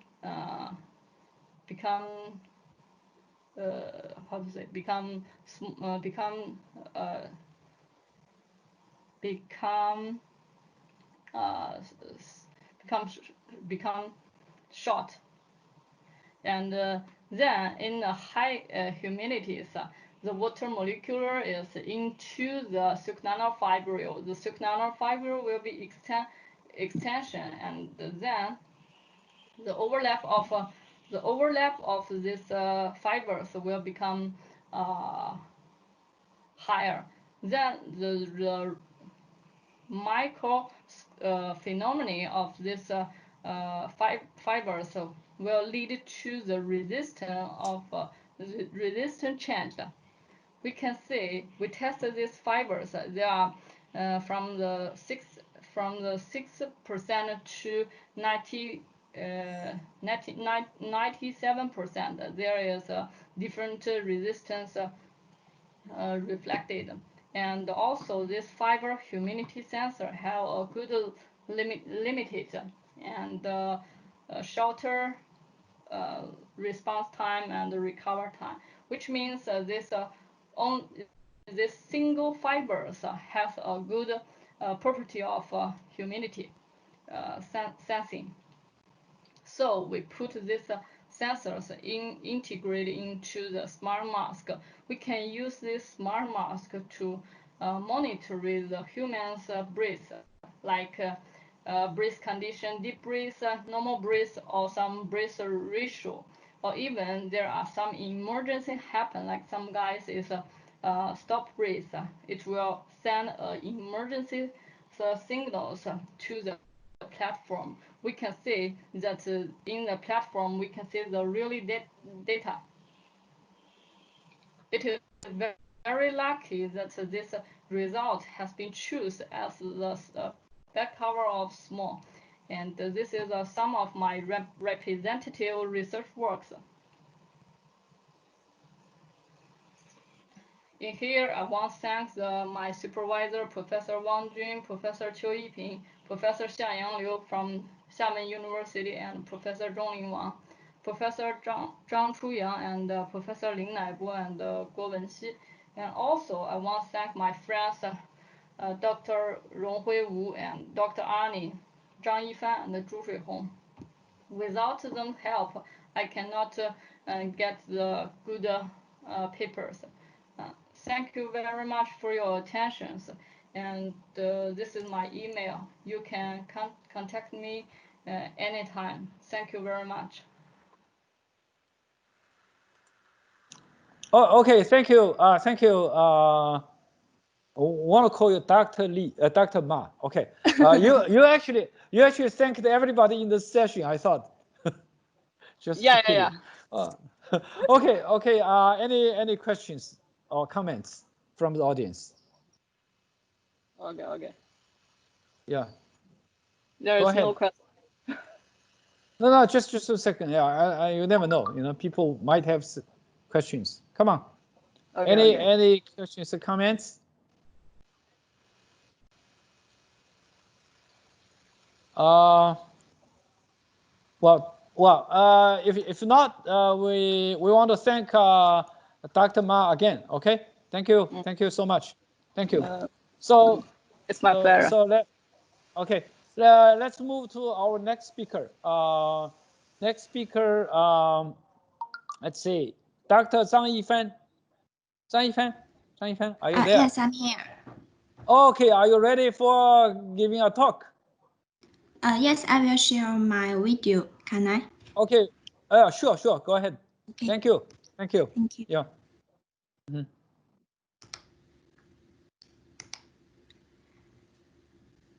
It's okay. Good morning, everyone. This is Zhang Yifan from Textile College of Donghua University. The topic of my presentation is Programming Performance of Silk Fiber Superstrong Scaffolds by Mesoscopical Regulation among Hierarchical Structures. The presentation covered several topics from material design to structural performance of composite scaffolds.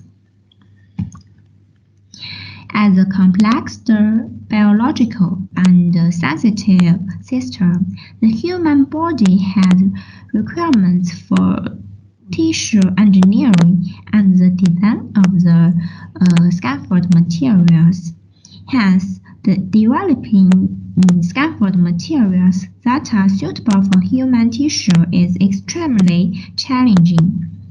To design the hair strength natural scaffold materials, wall carotene, rich with alpha helix structure, are used as a well-defined foreign substrate, which induce the formation of beta crystals in silk fiber. To examine the effect of the carotene chain on the fiber formation of silk fiber, long carotene 1 and long carotene 2 solutions were obtained by the rupture degrowing of wool fibers according to different amounts of reductant. Compared with WK1, WK2 contains more sulfide groups, smaller particle size, and more alpha helix structures. The rheological properties of silk fiber with two kinds of the WK in 4D suggest that both the WK1 and WK2 can accelerate the gelation of silk fiber, and the effect of the WK2 is significantly high. Besides previous study of silk fiber, we suggest that the silk fiber gelation process can follow a nucleation and growth model. We use in-situ observation to quantitatively collect the changes in beta sheet during gelation to speculate the influence of foreign substances on the fiber nucleation. CD, THT dry, and FTIR were applied to monitor and quantify the secondary structural evolution of silk fiber solutions. Consequently, by adding carotene containing a large amount of sulfide, more and more binding sites are exposed. Several intermolecular hydrogen bonds were induced, linking the protein and polypeptides together. The silk fiber chains are liable to unfold and self-assemble upon hydrogen bonds. The rheological properties of silk fiber WK mixtures are directly relied on the hierarchical mesoscopical structure and are the most important structural properties of the gel. As shown in Fig A, the storage modulus of the melting domain network would decrease the domain density. The increasing carotene content with sulfhydrides create more possibility for the beta sheet template, leading to higher nucleation density, thus resulting in different mechanical and rheological properties of the silk fiber WK2 hydrogels.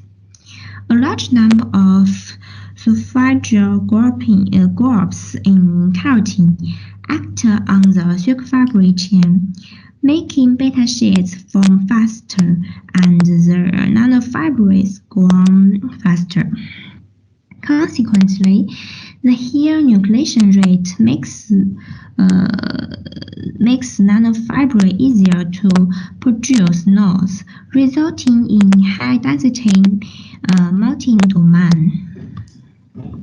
Nanofiber network structures can be generated during gelation, which is important to design and guide the fabrication of silk fiber WK composites in a tunable way. A modified scaffold is prepared by the silk fiber WK gel with centership via a freezing drying method. With the increase of WK content, the pores of the scaffold are denser and the mechanical properties are better. The modulus of the protein composite scaffold can reach 11 megapascal, and the MC33 cells can grow well on the scaffold surface.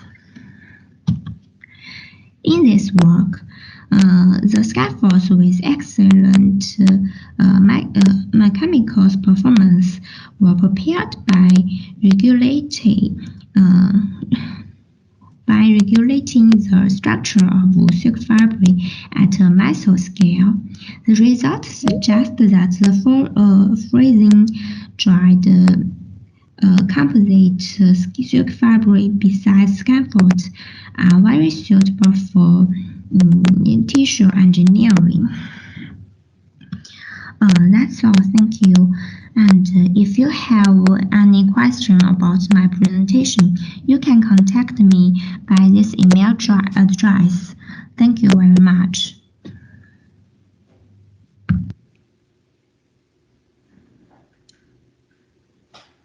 Hello? Professor Chu. Hello. You yes. can now stop sharing your screen, then we can see you. Yeah. Can you hear me? Yes. Okay. Any questions? Any questions? Any questions about Dr. Zhang's talk? Hello? Okay. Hello. Really very much in depth. So I suppose that we can maybe exchange ideas in WeChat. Okay, if we have no questions at this moment. Okay. Thank you. Thank you so much. So our next speaker, yeah, let's go to our next speaker, Professor Xu Fujun, right? Xu Fujun. Oh, is he still online? Is Xu Fujun, right? Come on. Oh, goodness. Xu Fujun, Professor Xu Fujun. Do we have Professor Xu Fujun in the audience? We don't? Oh my God, goodness. 他居然不在啊！怎么回事 ？Where is Professor Xu Fujun? Yes. Professor Xu Fujun. Oh, I suppose he's not here, is he? Oh my goodness. He's not in somehow. Let me call him, okay? He might be offline somehow. Let me give him a call, okay? Ask him if he's around. He probably forget. Just 1 second, okay? Oh my God. 没有了，最后一个。哦。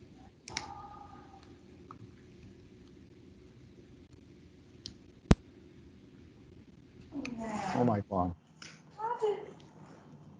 他就没进来，我刚才看到他进来的，现在他就不见了。喂，哎，你应该上了，你啊，好，赶快上啊，好，拜拜，好。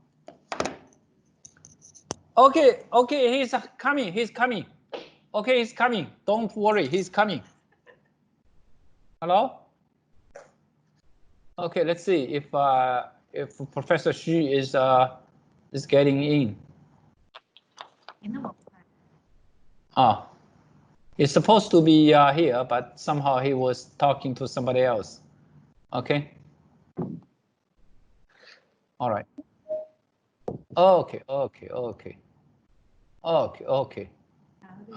get him in. Okay, great. 人呢？来了。Okay. Go ahead. 许福军 ，Can you hear me? Can you hear me? 许福军 ，Can you hear me? 他 mute 了，对呀。Okay, good.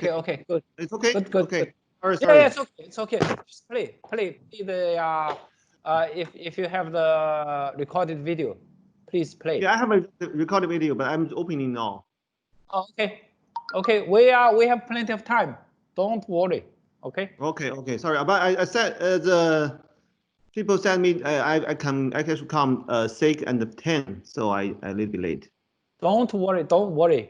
It's our fault, okay? Because we rushed through everybody, okay? Go ahead, yeah. 还没到他的点是吧 Yeah, 他没他的点。Sorry. It's all right. It's okay. We're doing great. Can you see the presentation? Okay. I don't see. Okay, I don't know what is the problem with my. Let me see. Let me see. 我不能够，我看不到哎 ，can't see it. Is that okay now? 你来了 Okay.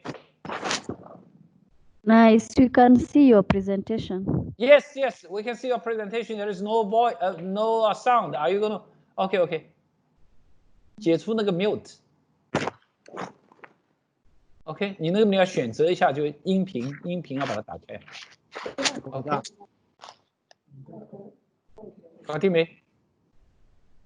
可能不是自己音频的那个问题，是点共享的时候，左下角会出现一个包括系统声音，要把它选上。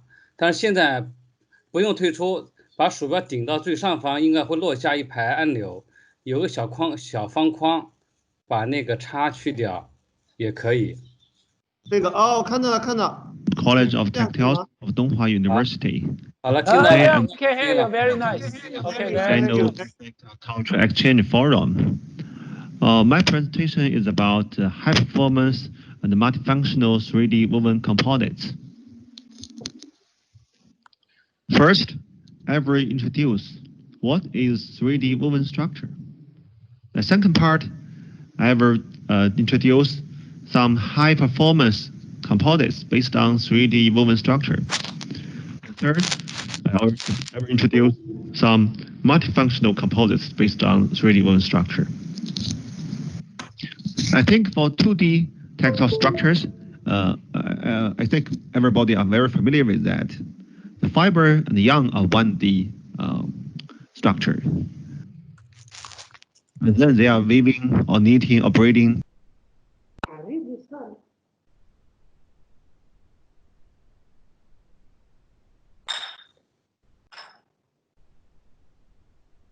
不好意思，徐老师，不好意思，那个刚才您那边有杂音，我尝试一下把你静音的话，您的声音好像突然没了。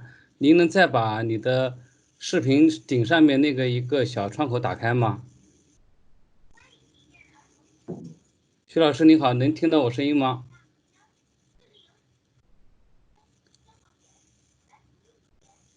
徐老师您好。现在可以了吧？现在可以听到我声音了吗？现在能听到您的声音，但是因为你那边刚才肯定有双重的音，因为您的话筒没有禁掉，所以您的话筒和您的 PPT 同时在换声音。明白。但是我现在把话筒关掉吗？话筒关掉，然后把 PPT 的声音打开是最佳状态，就是视频的声音打开。Yeah, thank you, Chair. We want also to thank you a lot for good job done.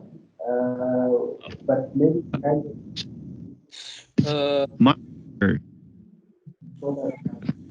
you can call 3D textiles and multi-layer spacer fabric, single layer.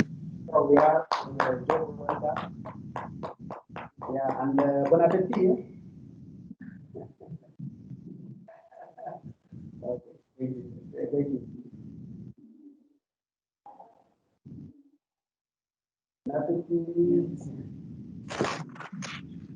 Hello, high-speed train airplane. After drill hole, the 2D components they will have some crack damage occurred.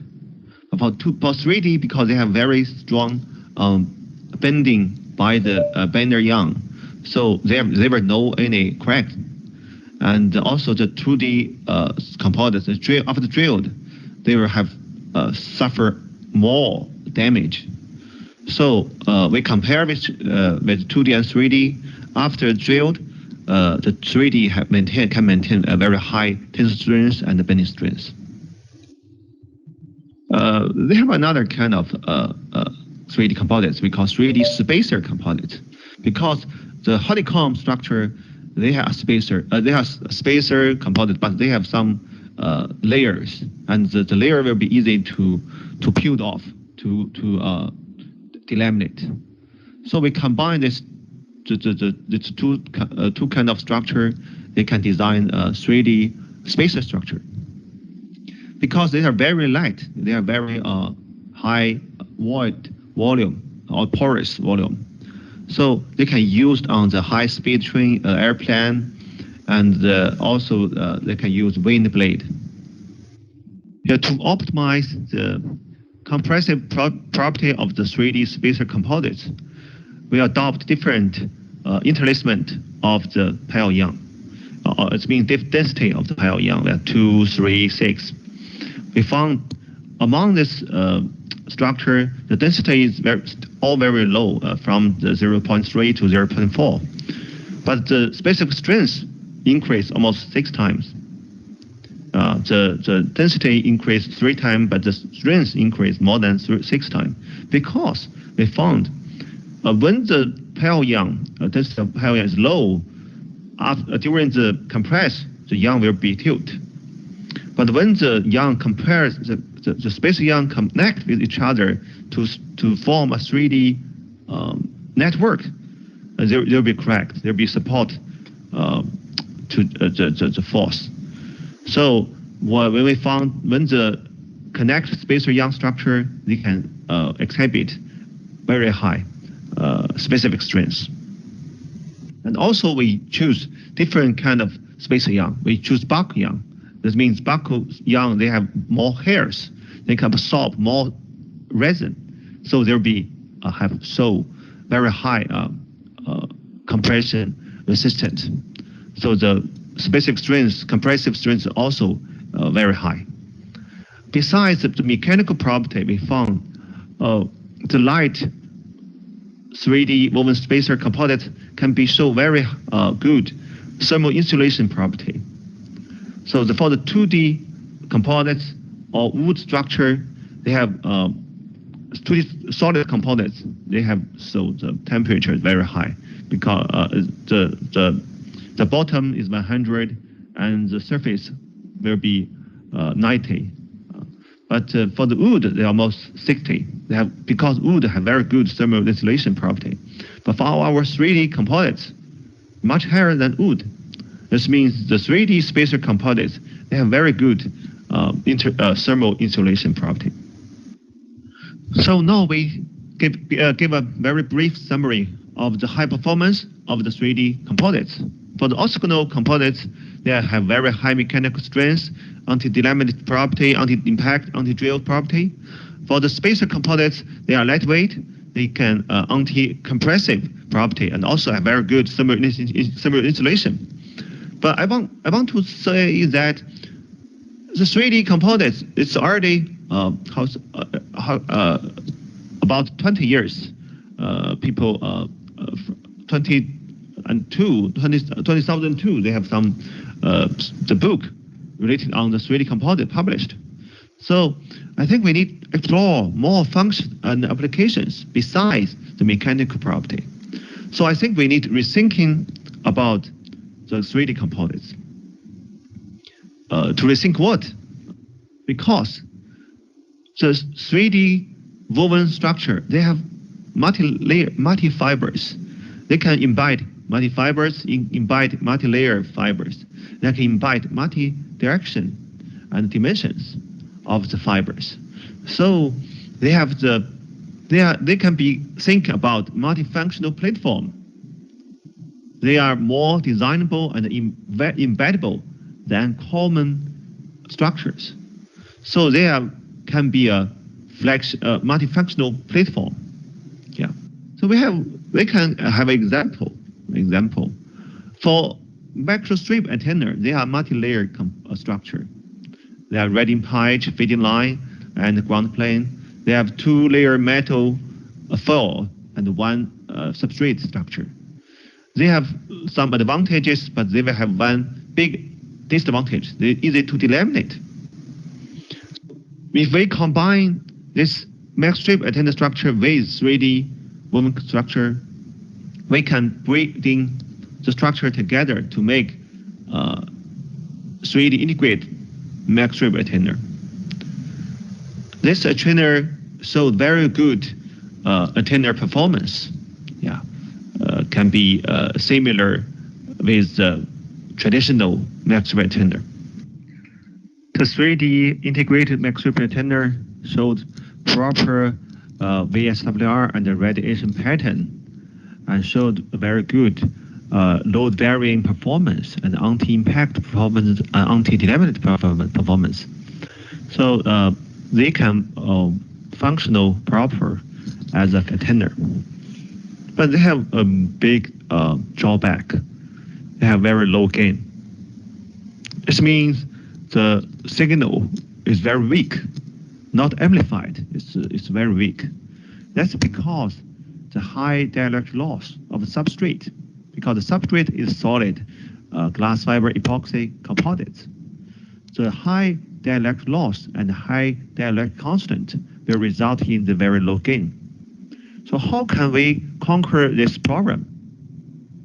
We combine the microstrip antenna with 3-dimensional woven spacer composites.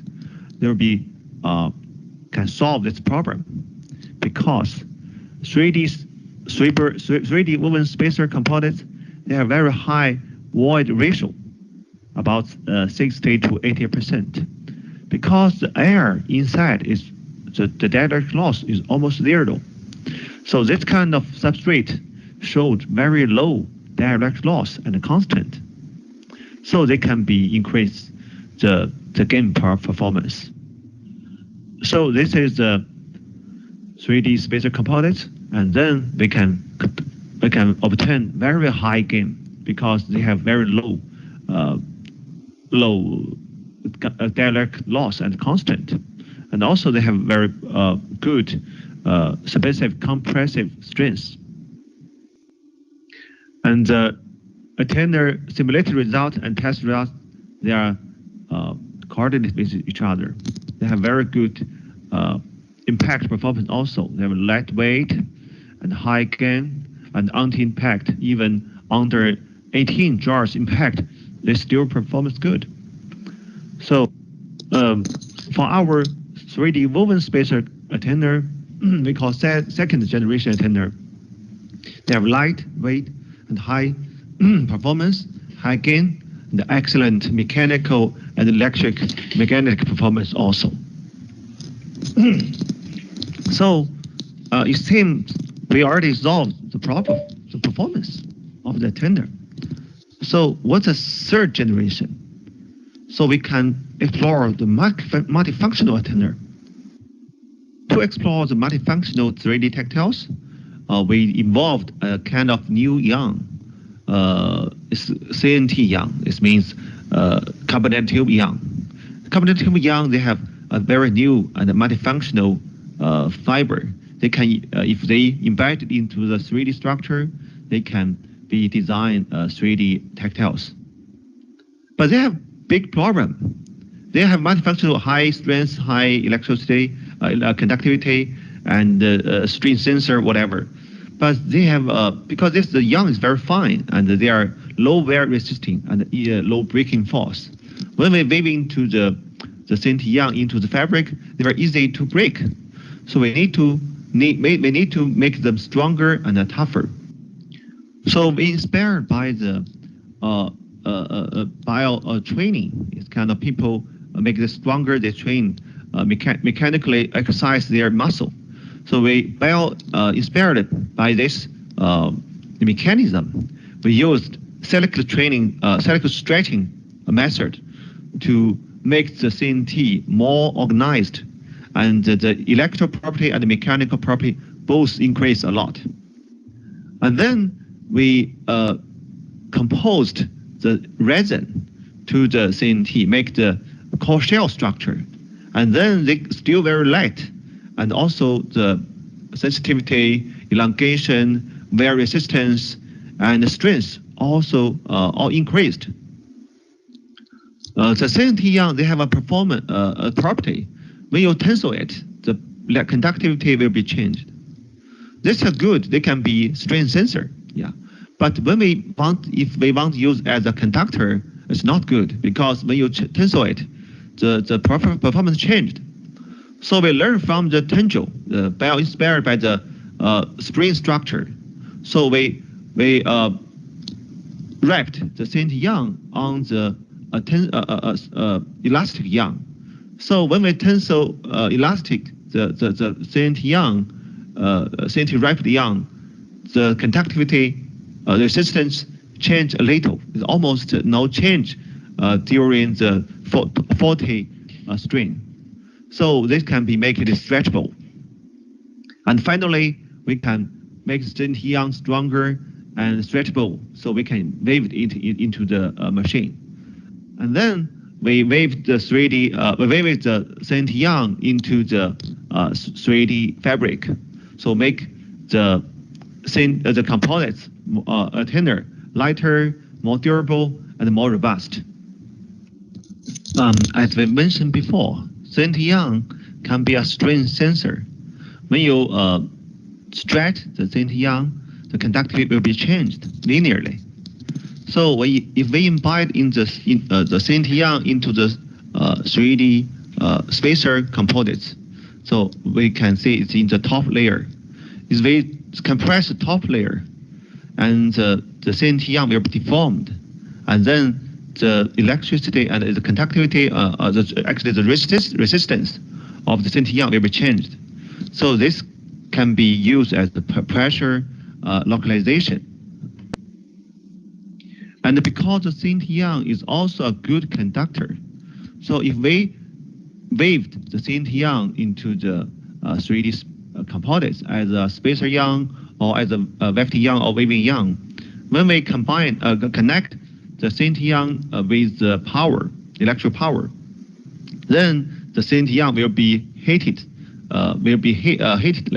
because of the jar effect, and they can be used de-icing material. They can be used heating material.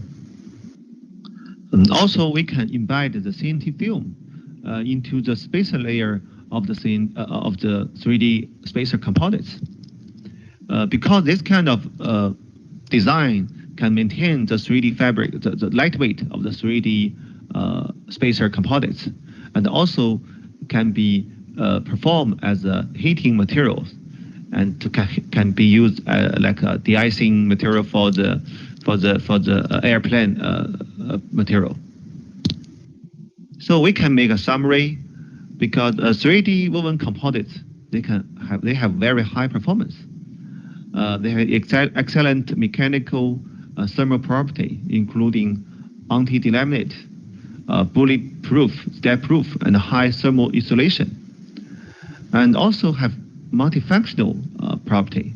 If you embed the CNT multifunctional yarn into the 3D woven composite structure, they can perform like a magstrip antenna.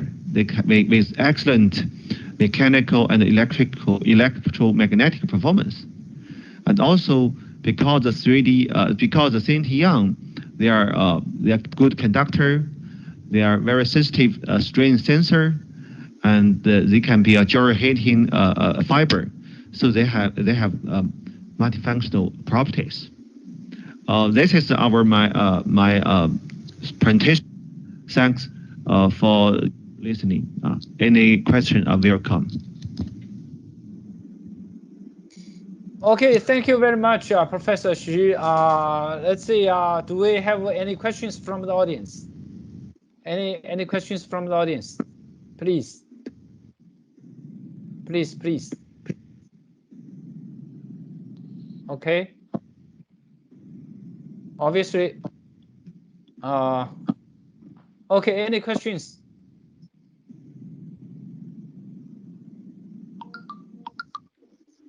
Oh, okay.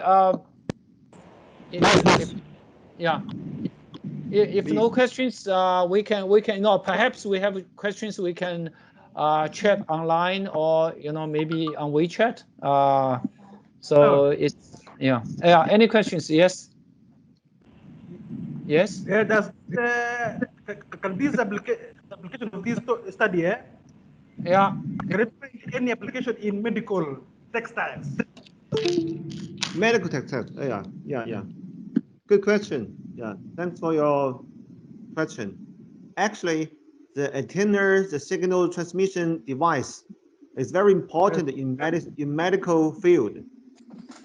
Because there are some you can also make this kind of antenna soft, just based on flexible textiles, but not composites. Then it will be an electronic device, a wearable electronics. So it can be detect your the signal of a human body, used for the medical application. Can you hear? Yes. Yeah, hear my answer. That question I asked was yes. Yeah. Please. There are some medical socks. Mexico, excuse me. Medical socks which can detect any infestation of the feet. Mostly used in diabetic patients. I think it can be a signal transmission part of the medical system, but this is a antenna. This is not a sensor. It also can be a sensor, actually. If you for example, for the strain sensor, you can detect the motion of the human body, right? So when you have do exercises, do some sports, they can detect the movement of your human body, and also can be a detection of your body. It can detect something, but not the biomedical signal. Is kind of movement signal. Is kind of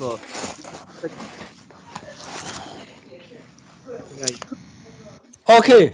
That's my answer. Okay, yeah. thank you. Yeah, thank you. Okay. This is Professor. Wait. Hello, good afternoon.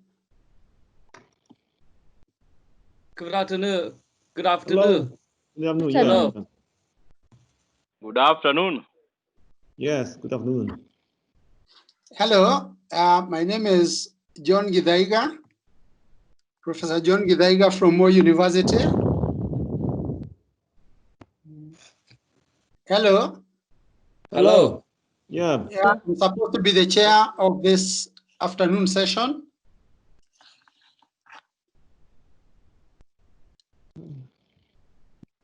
Hello. Hello. You can hear me? Sure. So yes, I can hear you. I can hear you clearly. Professor. Okay. Yeah. Yes. So I would like to invite everybody. Good afternoon. Those who are here with me, those in China, I'm sure it must be good evening. Yeah. So I want to welcome you to this afternoon, this second session. We have 3 presenters. And I would like that our first presenter, Mr. Kimutai, if you are ready, please, we would like to start with you.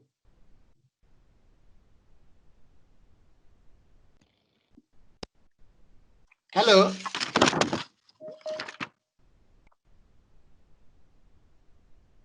Gibson.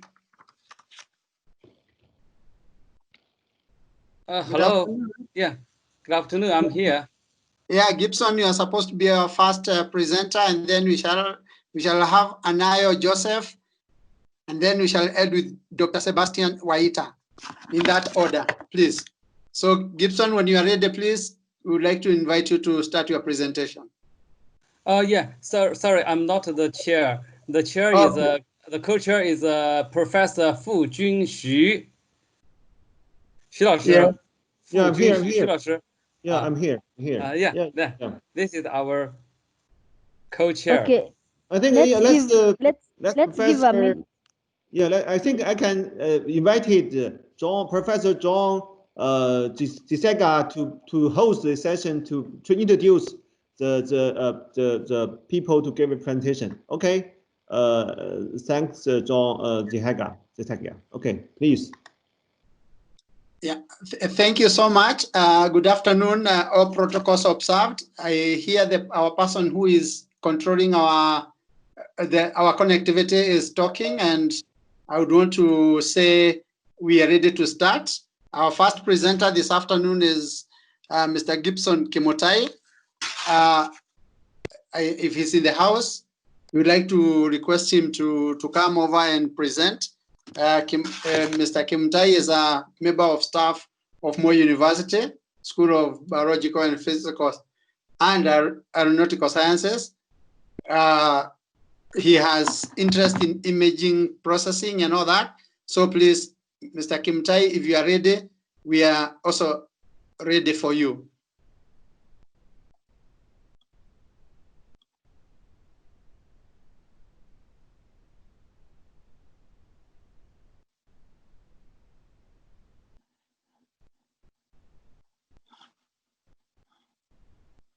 Hello. We cannot hear you. Please, we cannot hear you. Yeah, please. Yeah. Can you hear me now? Hello. I can hear you, but I cannot hear the presenter. I can hear you. Okay. We are waiting for the presenter to come on board. We are waiting for him to start his presentation and to share the screen. Maybe the presentation in the mute mode. Yeah. Not. Please open the mute. Okay. We'll check. We'll check. Yeah, maybe you should remove the mute situation.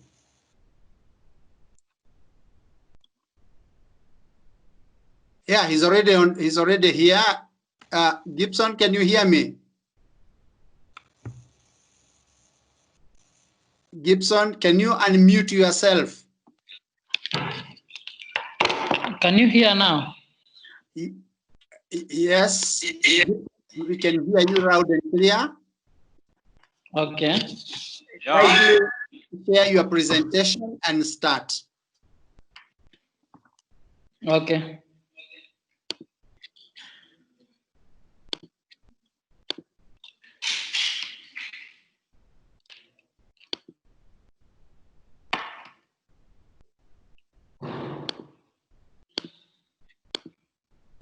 Okay. Can you see my screen? Okay. Yeah. Yes, we can see it. We can see. But you need to go to slideshow. Okay. Please. Okay. That's very good. Now you can. Okay. As the chair said, I'm Mr. Gibson Kimutai, an academic staff at the Department of Mathematics, Physics and Computing, Moi University, and also a PhD student in Internet of Things at the University of Rwanda. I'm making this presentation on behalf of Calvin Sotieno, Professor Ambrose Kiprop, and Professor Wilson Cheriot. So our topic is on a content-based image retrieval model using color, texture, and shape features with K-nearest neighbor algorithm for e-commerce. So imaging plays an important role in many fields, which includes medicine, journalism, education, entertainment, and e-commerce, just to mention a few. Presently, the e-commerce websites have been experiencing a large growth of images, and retrieving these large images from the database is a challenge. Another challenge that is encountered by this e-commerce website is annotating these images is at times subjective. As you can see in this figure, for example, if an image has many, an image can be tagged in using different words. You can group it and say it is a flower. Someone else can come and tag as a yellow. Someone else can say it is as many things as possible. So to retrieve these images, search engines uses these tags. This makes it a bit challenge to retrieve these images from the databases. So content-based image retrieval is retrieval of images based on their visual features, which includes color, texture, and shape. On this figure, for instance, we have a query image on the right. You can see some images, so an image. Then we have an image database which contains many images in it. So for us to retrieve the relevant image, we extract the features from the query image and also extract the features from the image databases. Then we calculate those images which are close to our target image. Then we arrange them in ascending order, and we return those images which are close to our target image. So the main aim of this research was to develop and improve IC-PTRE model by fusing all the features, that is color, texture, and shape, and use the K-nearest neighbor algorithm and apply the developed model in an e-commerce website. The specific objectives were 5. The first one was to extract color features of the images using color histogram approach. The second objective was to extract the texture features from the images using local binary pattern algorithm. The third objective was to extract the shape features of the images using GAN edge detection algorithm. The fourth objective was to perform multi-stage similarity computation using GAN algorithm. And finally, to compare the results of the developed model with the existing models based on precision and recall. So the rationale for the research.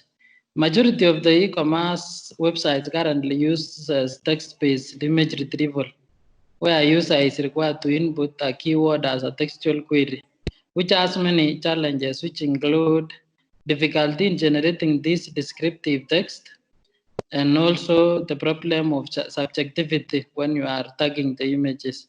So IC-PTRE provides a unique opportunity of retrieving these images from the database using their visual features. The main challenge, although many research have been directed to this field, many of the researchers are focusing on retrieving images based on color feature only, because it is the most easy to extract. This leads to unsatisfactory search results because you are only using one feature, and this explains why IC-PTRE is not effectively applied in many fields, which include e-commerce. On the methodology, the dataset that we used is a subset of the Wang dataset, which has images in the format of JPEG in the size of 384 by 256. The dataset contains 10 categories or 10 classes as shown in the figure. We have Africans, speeches. This dataset has some ground truths, and there are some, and this dataset is mostly used in image classification to show effectiveness or the performance of the developed models. As explained earlier, the color feature was extracted using the color histogram, and you can see below this slide, we have an image and then we have a corresponding color histogram. Then the texture feature we extracted using LPP algorithm. The shape we used Kearney edge detection algorithm.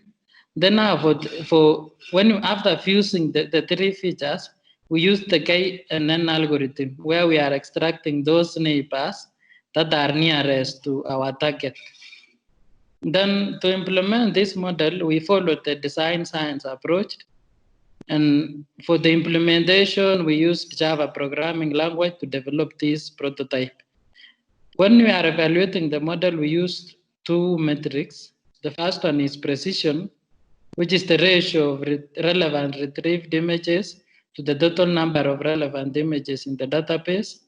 Then recall, which is the ratio of the relevant images retrieved to the total number of relevant images in the database. Then we are now on our results and discussion. This figure shows our results when we are comparing the performance of our model with the existing ones using precision. From this figure, we can see that there is no single model that outperforms the others generally across the classes, but ours produced quite remarkable results. And in terms of average, at the extreme right, we can see that our model performed better in terms of the average, and it also performed better than the others in some classes. When additionally, we compared the results of our developed model with the other models in terms of recall, and we also realized that our model outperformed the other existing models in majority of the classes and in the average also generally. Then the other evaluation that we did on this model was to embed now the developed prototype in an e-commerce website and see how it is performing. This is now the application bit of the developed model. So we chose the ePay e-commerce website because it has an API that researchers can use for free to test their models. And in this figure, we can see the dashboard of the prototype, where we have many categories. We have electronics, we have fashion, motors, and the rest. We only extracted the three classes just for the sake of the experiments. And then we performed, this is an example of some of the queries that we performed on the developed prototype now after embedding with the e-commerce. And the query image in this case was a bag, and the corresponding images or the results were all bags. This shows that the model had a precision of 100% because all the results that we are getting are relevant. The significance of our findings. So the developed model was implemented in an e-commerce website, and it showed a lot of effectiveness by achieving a precision of 1.0, which is 100% in all the image queries. Okay, the efficiency of the model was improved through extraction of the three features and integrating them into one feature vector. Now, on our conclusion, this research proposes a IC-PTRE model based on color, texture, and shape features with KNN algorithm. The result showed that a precision of 89.5% was obtained now when we used the Wang dataset to evaluate it, which was an improvement of 6.5% from the previously used methods. Also, the recall obtained was 17.9%, which was an improvement of 1.29% from those of the literature. Then the developed model, we are concluding that the developed model is a game changer in the application of IC-PTRE for image retrieval, and specifically in the e-commerce website. Thank you for listening. Thank you very much, Gibson Kimutai and et al. That was very clear. I hope it was clear to everybody the way it was to me. I would like to open the floor. If you have any question, please, you can raise your hand. We have a few minutes for Mr. Kimutai to respond.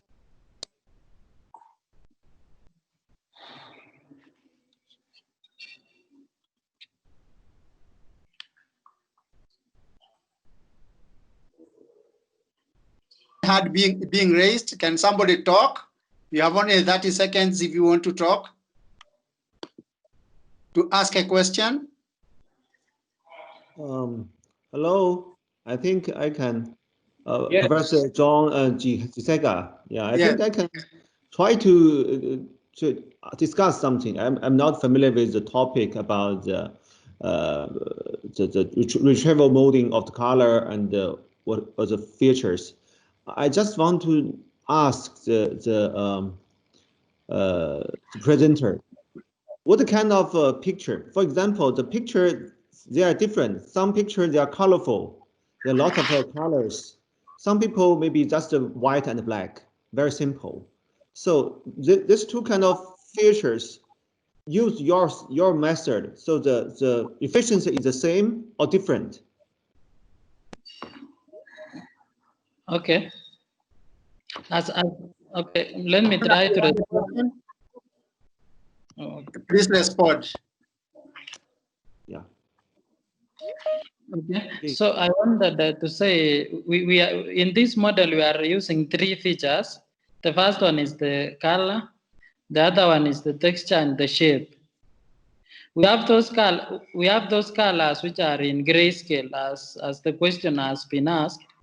So even if the color is colored, we have to convert them to grayscale first before we extract these features. So converting a colored image to a grayscale is a normal way in image processing so that you can get those low-level features of the images.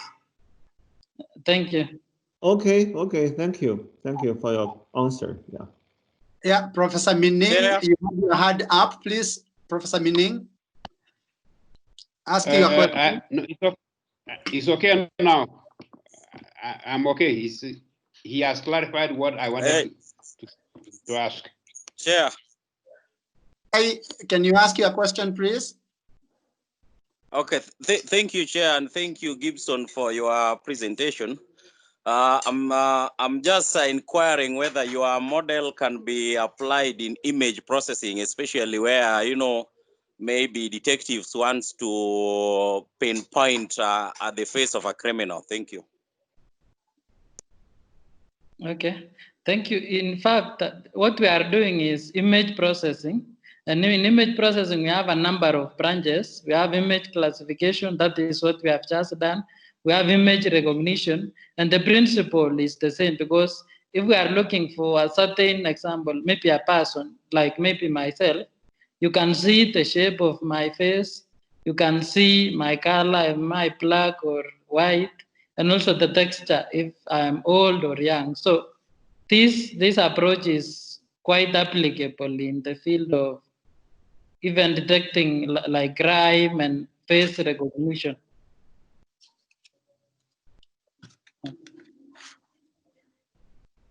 Thank you. Yeah, thank you, Gibson.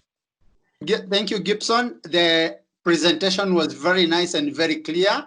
We congratulate you for that. If there are other questions, we request that people can, hopefully at the end, if we have a minute or two, we shall ask for people to ask further questions.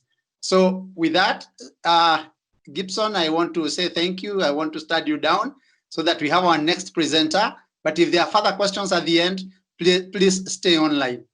Okay, thanks a lot. Most welcome. So thanks now for listening. Come again? I'm saying I'm thanking everyone for listening to our presentation. Okay, most welcome.